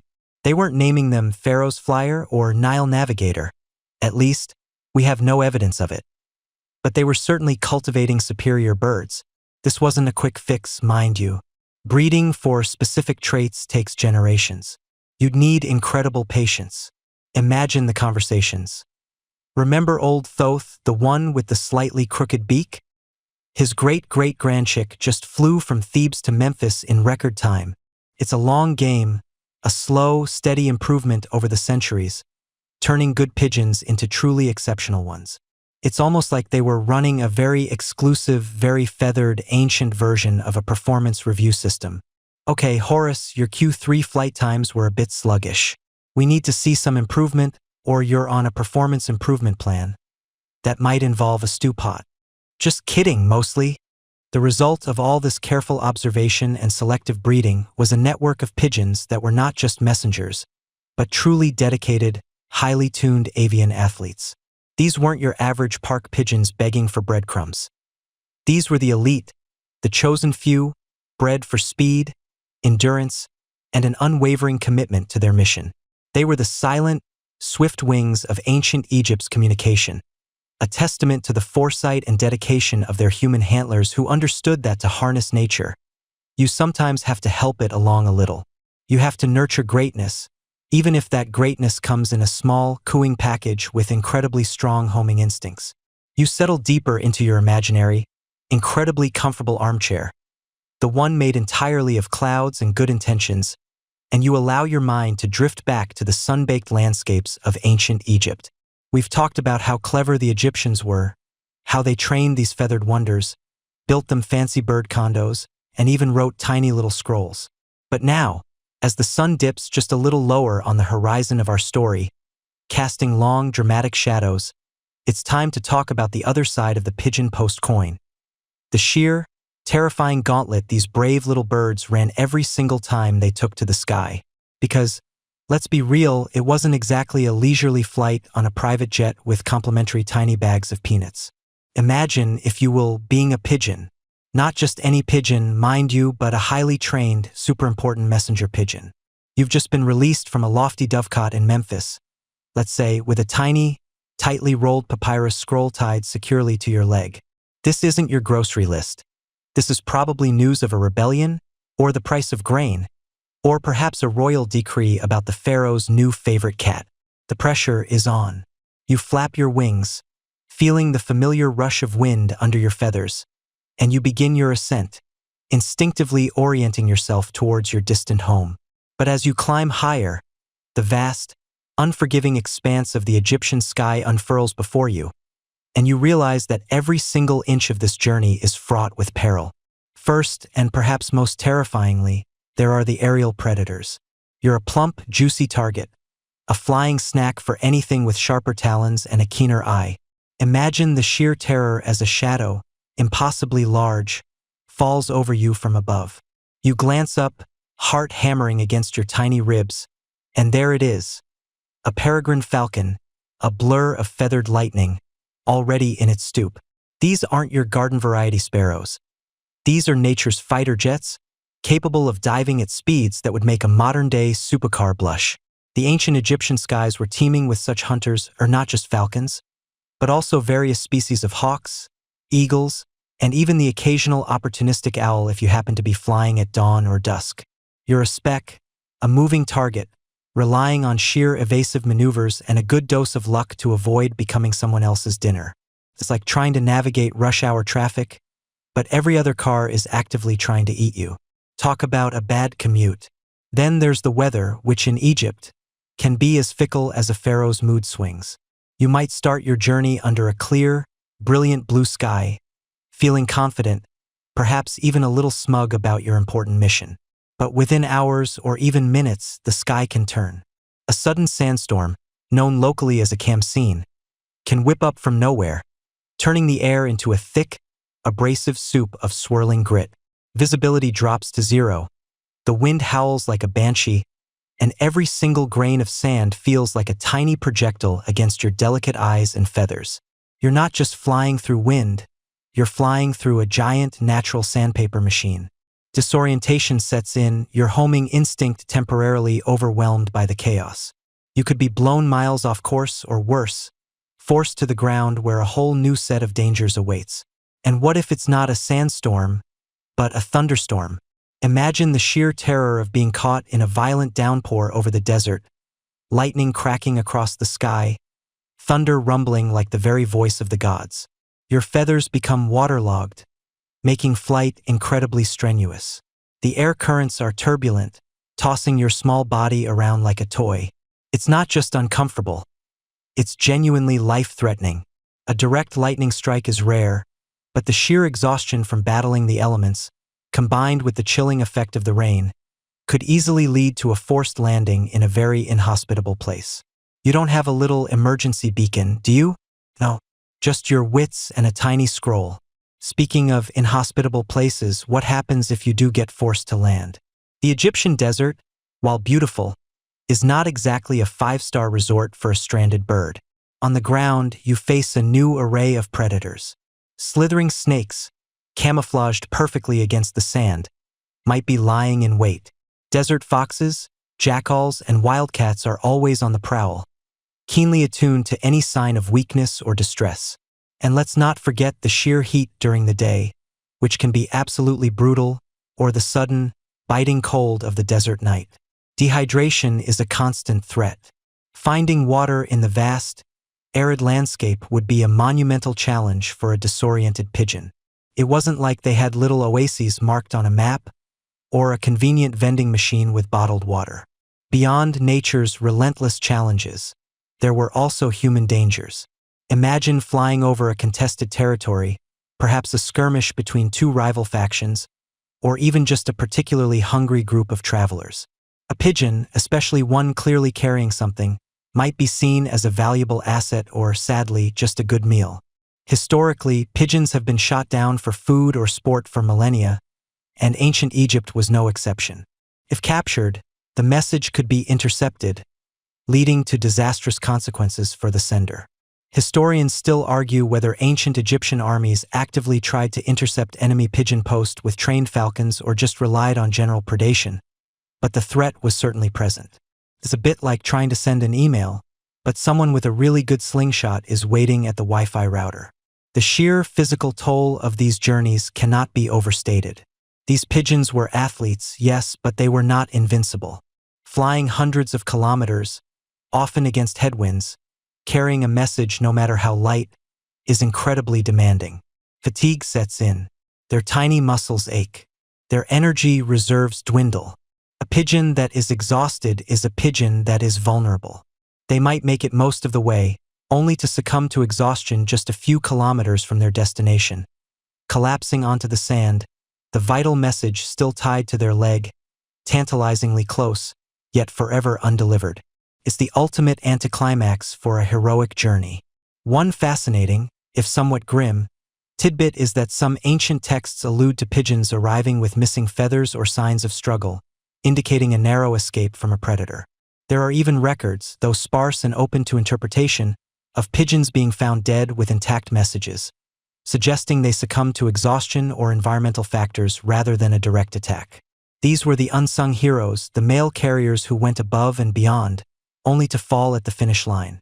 Mainstream historical fact: the average lifespan of a wild pigeon is only a few years, but messenger pigeons, despite their pampered upbringing, still face the same environmental pressures that limited their wild counterparts' longevity.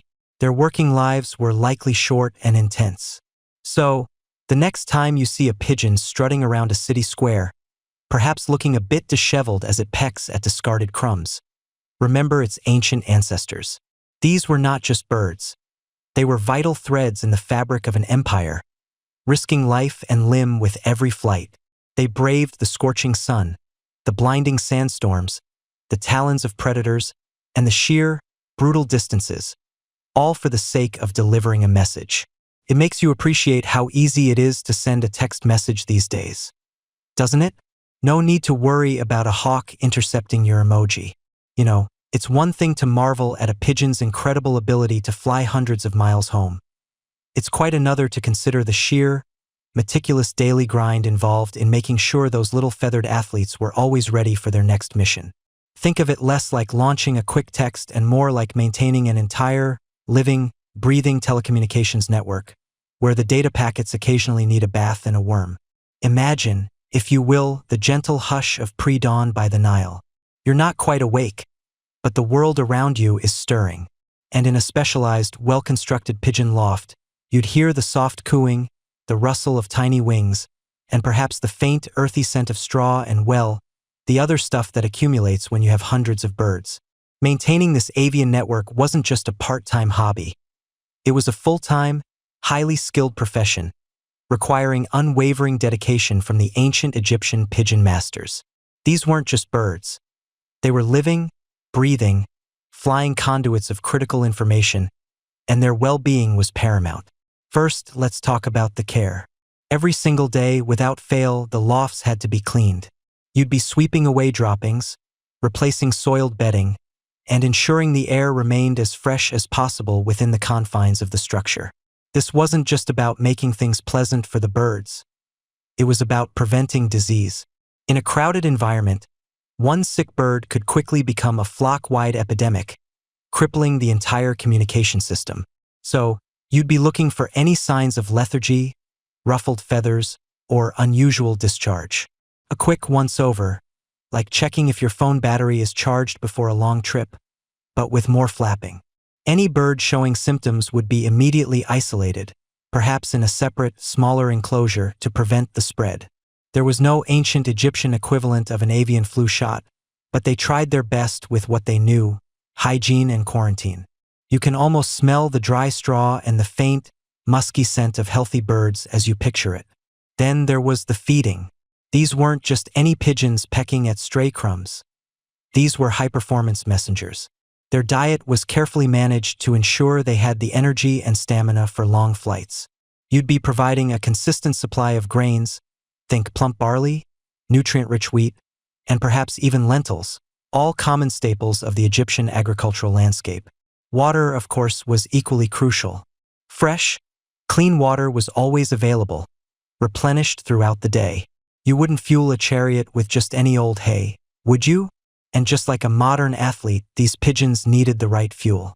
Some scholars propose that specialized pigeon masters might even have added small amounts of mineral supplements or a pinch of salt to the water, recognizing the bird's need for electrolytes, especially after strenuous flights.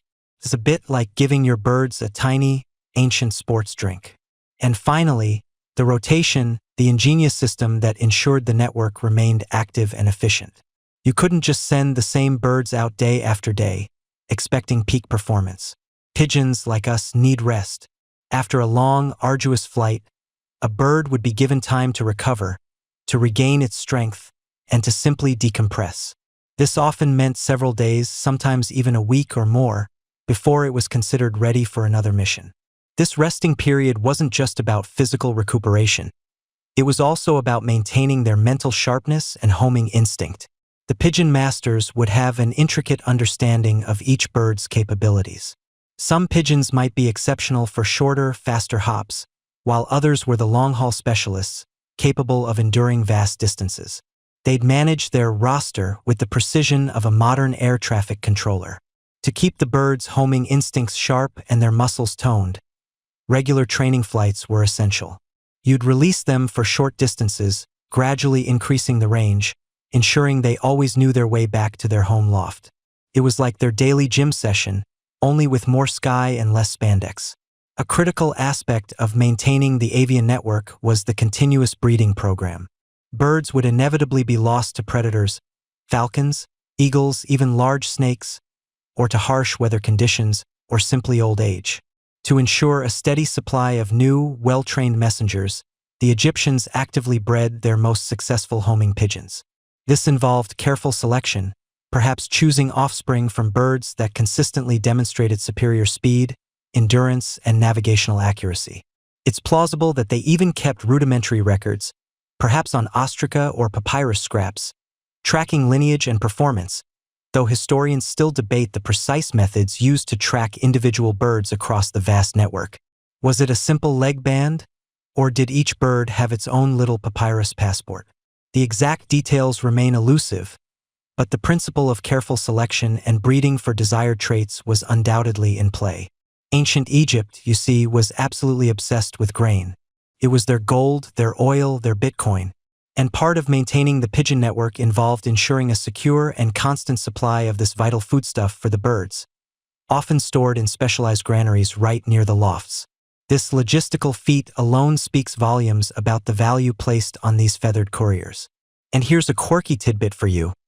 Some whisper that certain pigeon masters would even hum specific tunes to their birds, believing it calmed them and improved their navigational focus. Think of it as ancient avian aromatherapy, or perhaps just a very dedicated bird whisperer trying to bond with his feathered colleagues. While we can't confirm the efficacy of ancient Egyptian lullabies for pigeons, it certainly paints a picture of the deep, personal connection these keepers had with their charges. Maintaining this complex, living communication system was a testament to the ancient Egyptians' foresight and organizational prowess. It wasn't just about having pigeons.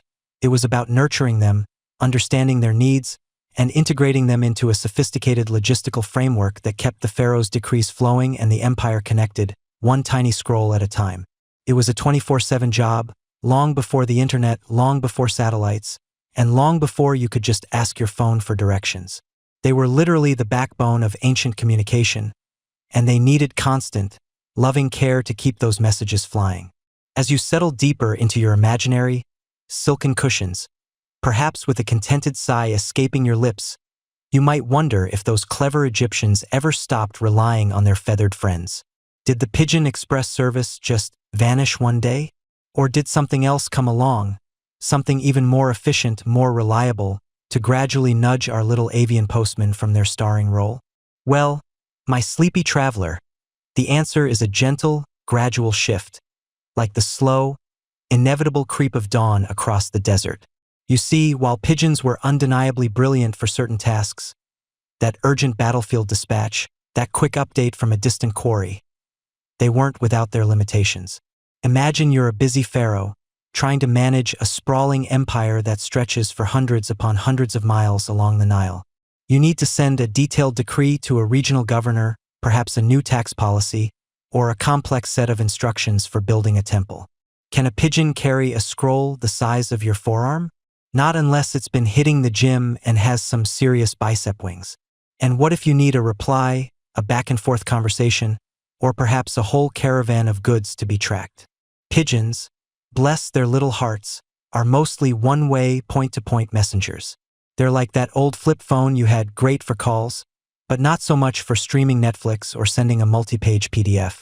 So, as the ancient world grew more complex, as empires expanded and administration became more intricate, the need for a different kind of communication system began to emerge, one that could handle more volume, more detail, and offer more control. The very first contenders, already in use but now gaining prominence, were human couriers. Imagine strapping on your sturdiest sandals, a waterskin slung over your shoulder, and a carefully sealed papyrus tucked into your satchel. You trudge, then run, then trudge some more across dusty plains, through bustling market towns, and along the very same Nile paths that our pigeon friends might have flown over. These were the original express delivery guys, the unsung heroes of ancient logistics. Now, these weren't just random guys with messages. Oh no, we're talking about the genesis of organized postal systems. Take, for instance, the legendary Persian Angarayan, established by Cyrus the Great and later perfected by Darius I. This was a sophisticated network of relay stations, strategically placed a day's journey apart, where fresh horses and riders were always at the ready. You'd gallop in, hand off your dispatch, and a new rider would immediately thunder off into the distance. It was the ancient world's version of a high-speed train, but with hooves and a lot more dust. This system was so incredibly efficient, it said that messages could travel thousands of miles in a matter of days. In fact, the Greek historian Herodotus famously marveled at them, writing, "Neither snow nor rain nor heat nor gloom of night stays these couriers from the swift completion of their appointed rounds." Sounds familiar, doesn't it? That's the mainstream historical fact right there, the direct ancestor of our modern postal service, born out of a need for faster, more reliable human-powered communication. These human-based systems offered distinct advantages. They could carry heavier loads, they could deliver to specific addresses within a city, and they weren't susceptible to a hungry falcon or a sudden, unexpected thunderstorm that might blow a pigeon off course. They could also carry more than just messages. Think about official seals, valuable documents, or even small, precious items. You can't exactly send a diamond necklace via pigeon post, can you? Though if you could, that would be one valuable pigeon. Probably deserve its own little pigeon-sized security detail. Beyond the thud of hooves and the panting of runners, other communication methods also began to develop and gain prominence, particularly for rapid, short-burst information over long distances. You're talking about visual signaling. Imagine standing on a hill as the sun begins to dip below the horizon, watching for a distant flicker of light. Bonfires, strategically placed on mountaintops, could relay simple messages like "enemy approaching" or "victory achieved" across vast territories in minutes. A chain of these beacons, lighting up one after another, could send an urgent warning from the coast deep into the heartland faster than any pigeon could fly. It's like the ancient internet, but with fire and smoke instead of Wi-Fi signals. Though, I suppose if you accidentally lit the wrong beacon, you might inadvertently declare war on your neighbors, which would be a rather fiery miscommunication, wouldn't it? Oops, my bad. Just meant to say I was out of olives. Then there were smoke signals used by various cultures, including some in ancient Egypt, for even more nuanced communication, though often limited by weather and line of sight. And as time marched on, you see the evolution towards more complex visual systems like the ancient Greek and Roman semaphore, where flags or movable arms could represent letters or words. This was far beyond the simple yes/no of a bonfire, allowing for more detailed messages to flash across the landscape. The quirky tidbit here is that some ancient signaling methods were incredibly specific.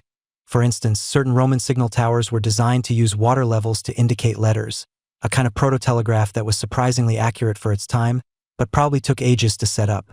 Historians still argue whether the complexity of these early semaphore systems truly allowed for spontaneous, detailed messages or if they were mostly prearranged codes for specific military situations. It's a fascinating debate, isn't it, about how much information you can cram into a puff of smoke or a flag wave. Of course, the decline of exclusive pigeon reliance wasn't a sudden, dramatic event. Pigeons didn't just get a pink slip and a severance package one morning. They remained valuable, especially for niche applications. During sieges, for example, when a city was cut off, pigeons were often the only way to send or receive messages from the outside world. They were the ultimate workaround when all other lines of communication were severed. Think of them as the emergency satellite phone of the ancient world. You don't use it every day, but when you need it, you really need it. Even into the medieval period and beyond, pigeons continued to serve, particularly for merchants who needed rapid updates on market prices or for specific military operations. But the general trend, as human society became more organized and technologically capable, even with simple technologies, was towards systems that offered greater control, capacity, and reliability. The development of better roads, more organized administrative structures, and the sheer volume of information that needed to flow across empires meant that humans, on foot or horseback and later on ships, became the primary carriers of communication. You could send a whole library's worth of scrolls by caravan, but only a tiny whisper of a message with a pigeon. So, while the swift flutter of a pigeon's wings carrying a vital message was once the pinnacle of high-speed communication in ancient Egypt, the very success and expansion of those empires demanded something more. It was a natural evolution, a gentle shift from relying primarily on nature's instincts to harnessing human ingenuity for ever more complex and demanding communication needs. The pigeons didn't disappear, nor did their incredible homing instinct fade. They simply moved from being the star performers to being respected, specialized supporting actors in the grand drama of human connection. Section 14. As the sun dips below the horizon, casting long, purple shadows across the land, you find yourself drifting from the bustling banks of the ancient Nile, through the mists of time, and into the surprisingly vibrant world of today's avian athletes. You see, while we've charted the fascinating decline of pigeons as the primary long-distance communicators, with the advent of faster horses, then telegraph wires, and eventually the dizzying speed of satellite signals, their story doesn't simply end there, like a forgotten pharaoh's tomb. Oh no, the legacy of those unassuming feathered messengers, first truly harnessed by the Egyptians, continues to flutter on, strong and true. Imagine for a moment the quiet hum of a modern pigeon loft. It's a far cry from the grand, sun-baked mud-brick towers of ancient Egypt, perhaps a sleek, purpose-built structure in a suburban backyard, or a meticulously maintained section of a barn. But the essence, the core principle, remains utterly unchanged. A safe haven, a familiar home, to which a pigeon, no matter how far it roams, is compelled to return. This remarkable, almost mystical, homing instinct, so keenly observed and exploited by the Egyptians, is the very bedrock upon which the entire modern pigeon fancy is built. Without the ancients first recognizing that spark, that innate GPS system in a bird's tiny brain, who knows how long it might have taken humanity to truly appreciate the potential of these remarkable creatures. It's not like they came with an instruction manual, after all, suggesting, for best results, release me 500 miles from home and wait for me to bring back your grocery list. You feel a gentle breeze, carrying the faint scent of hay and dry earth, and you can almost hear the soft cooing of pigeons, a sound that has echoed through human history for millennia. What the Egyptians initiated, a system of careful breeding, dedicated training, and consistent care, evolved, albeit slowly, through various civilizations. The Greeks used them to announce Olympic victors, the Romans for military dispatches, and later, across medieval Europe, they became vital for delivering news, stock market prices, and even, rather charmingly, love letters. Each era added its own refinements, its own layers of understanding to the art of pigeon husbandry. But the fundamental principles, the deep respect for the bird's natural abilities, were undeniably laid down by those early Nile dwellers. Fast forward to the modern era, and you encounter the passionate world of pigeon racing. This isn't just a quaint hobby. It's a global sport, incredibly competitive, demanding immense dedication from its participants. You see the trainers, often rising before dawn, meticulously tending to their flocks.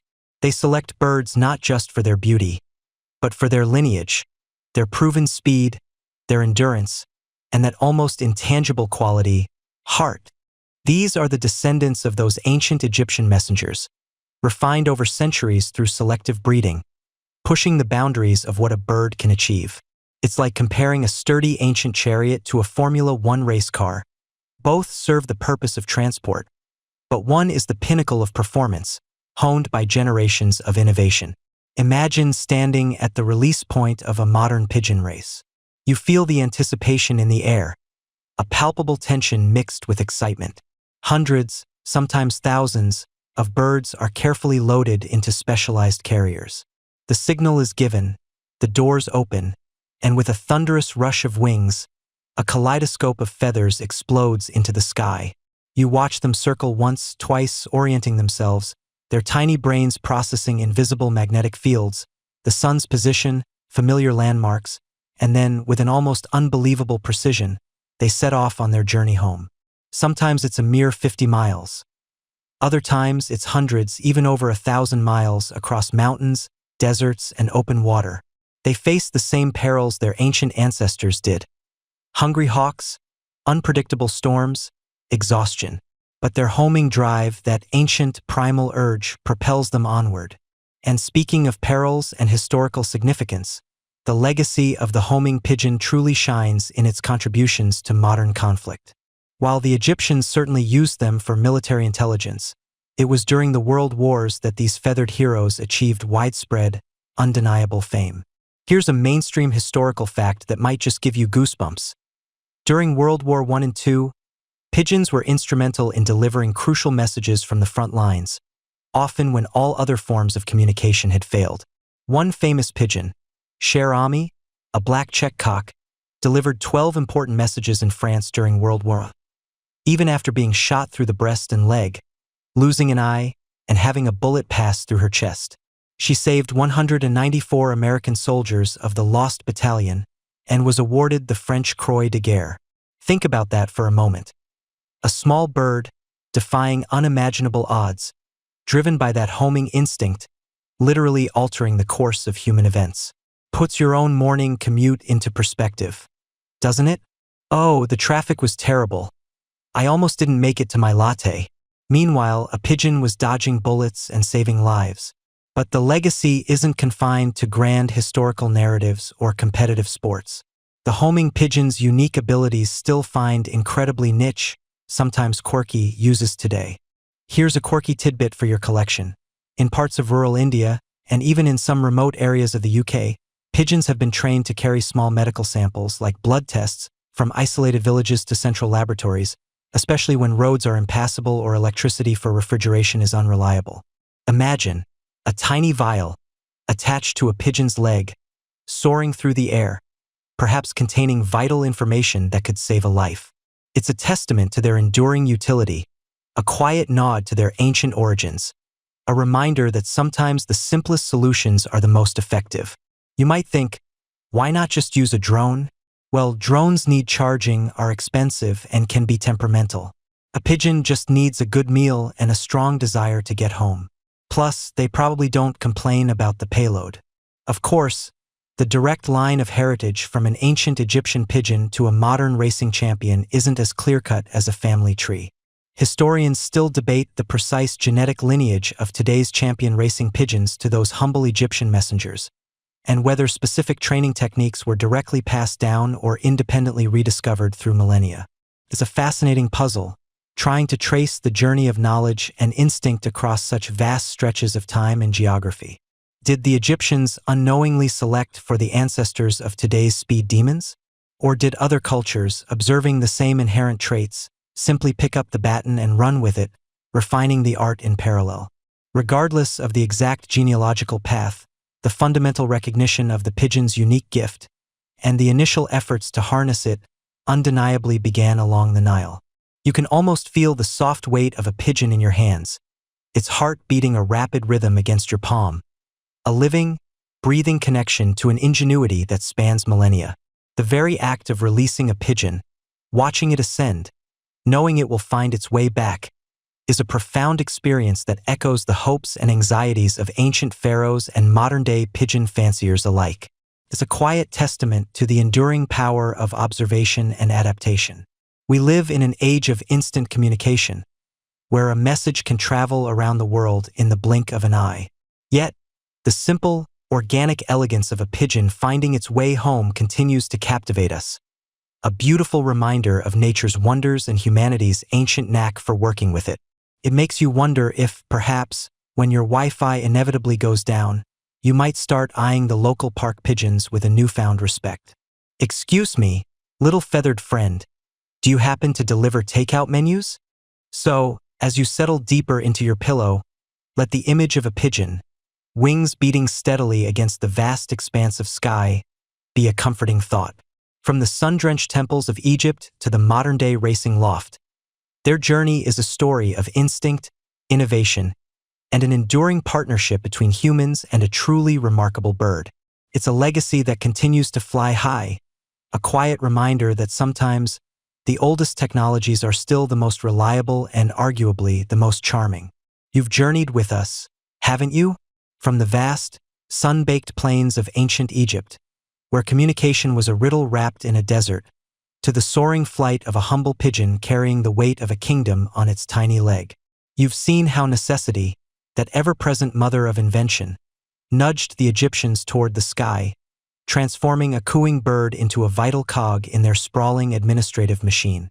It's a story that, when you really think about it, whispers volumes about the people who built pyramids that still defy time and carved gods into living rock. As you settle deeper into your cozy spot, perhaps a stray thought drifts across your mind. These weren't just people with pointy hats and a penchant for mummies. No, they were keen observers, problem solvers of the highest order, and remarkably adaptable. They looked at the world around them, the mighty Nile, the relentless sun, the diverse wildlife, and instead of simply existing within it, they sought to harness it, to bend its natural laws to their will. This wasn't about magic, not really, though they certainly believed in it. This was about sheer, unadulterated ingenuity. Think back to the very beginning of our story, to the sheer scale of ancient Egypt. It stretched for hundreds of miles along the Nile, a ribbon of life in an otherwise desolate landscape. Governing such an empire, coordinating military movements, overseeing trade, and collecting taxes required a communication network that would make even modern logistics companies scratch their heads. No fiber optics, no satellites, not even a decent postal service with little red vans. Just sand, river, and the occasional camel. And yet, they made it work. How? By looking at what nature provided and asking, how can that help us? You see, the ancient Egyptians didn't just stumble upon the idea of pigeon post. They observed. They watched. They noticed that these birds, unlike your average house cat who forgets where its food bowl is 5 seconds after eating, possessed an uncanny ability to find their way home. It wasn't just a cute trick.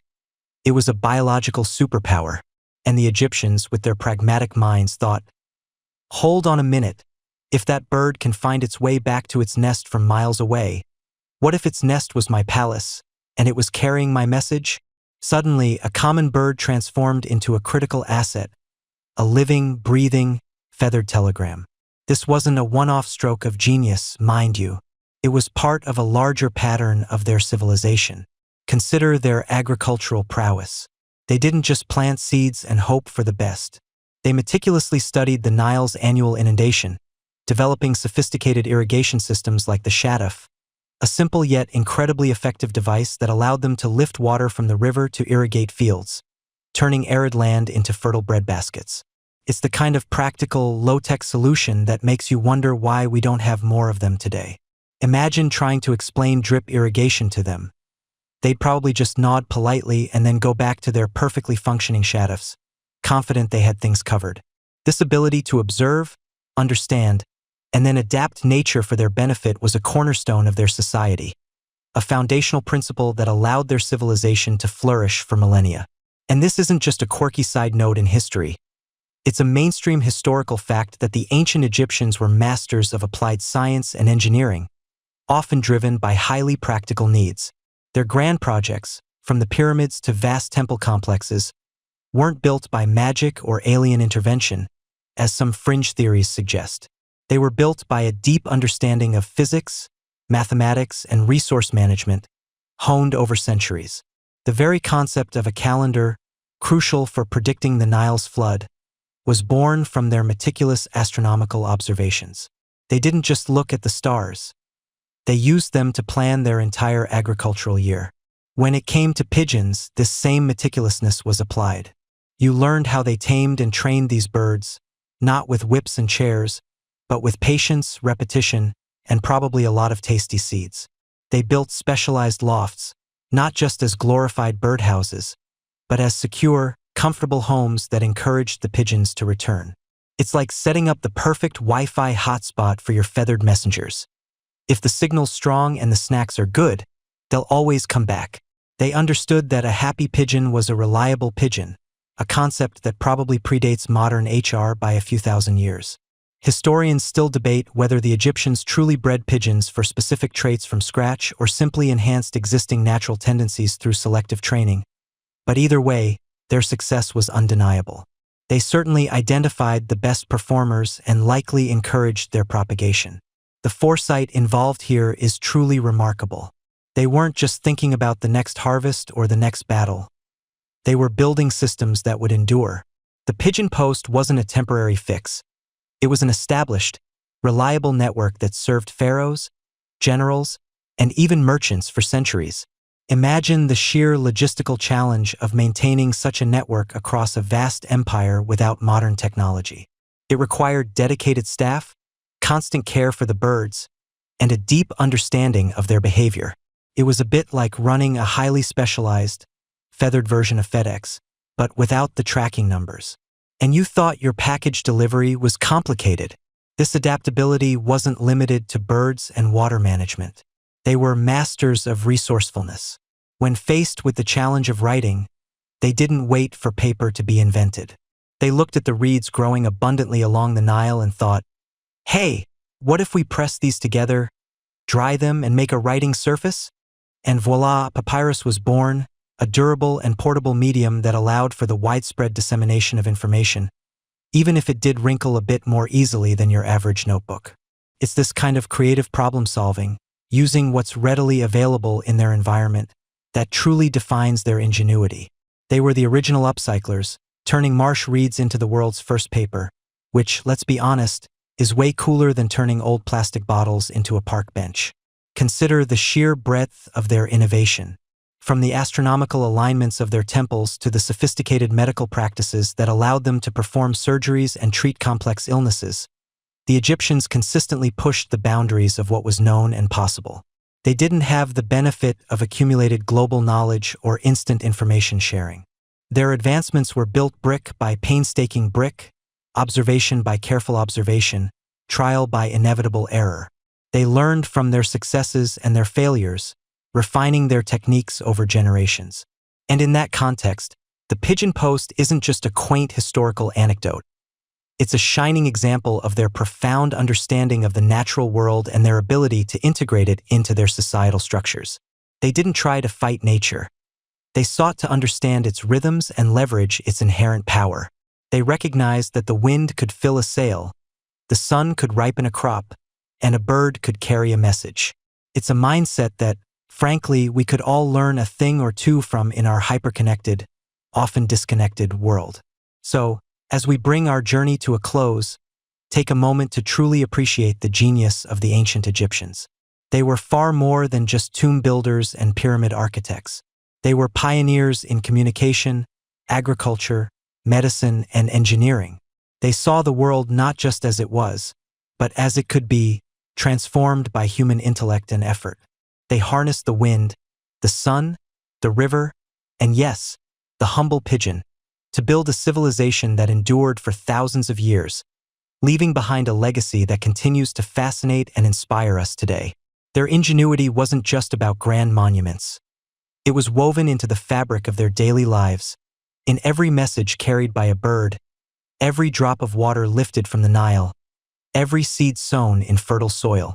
They were, in essence, the ultimate proof that with a bit of observation, a dash of creativity, and a whole lot of patience, you can achieve truly remarkable things, even if your only communication device has feathers and a penchant for breadcrumbs.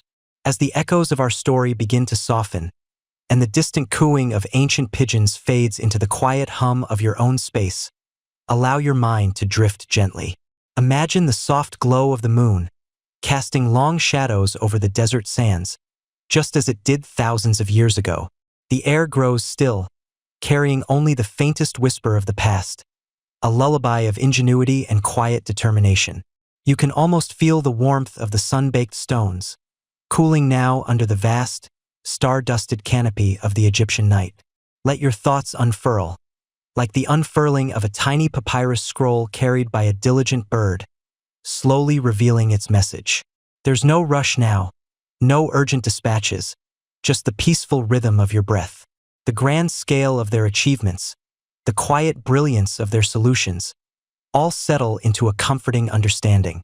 The world of the ancients, so vibrant and bustling with life, now rests in the gentle embrace of history, a profound testament to the human spirit's endless capacity for creation and adaptation. Feel the quiet assurance that comes from knowing how much they understood, how deeply they connected with the natural world around them. All that knowledge, all that effort, now a soft memory, guiding you towards a restful slumber.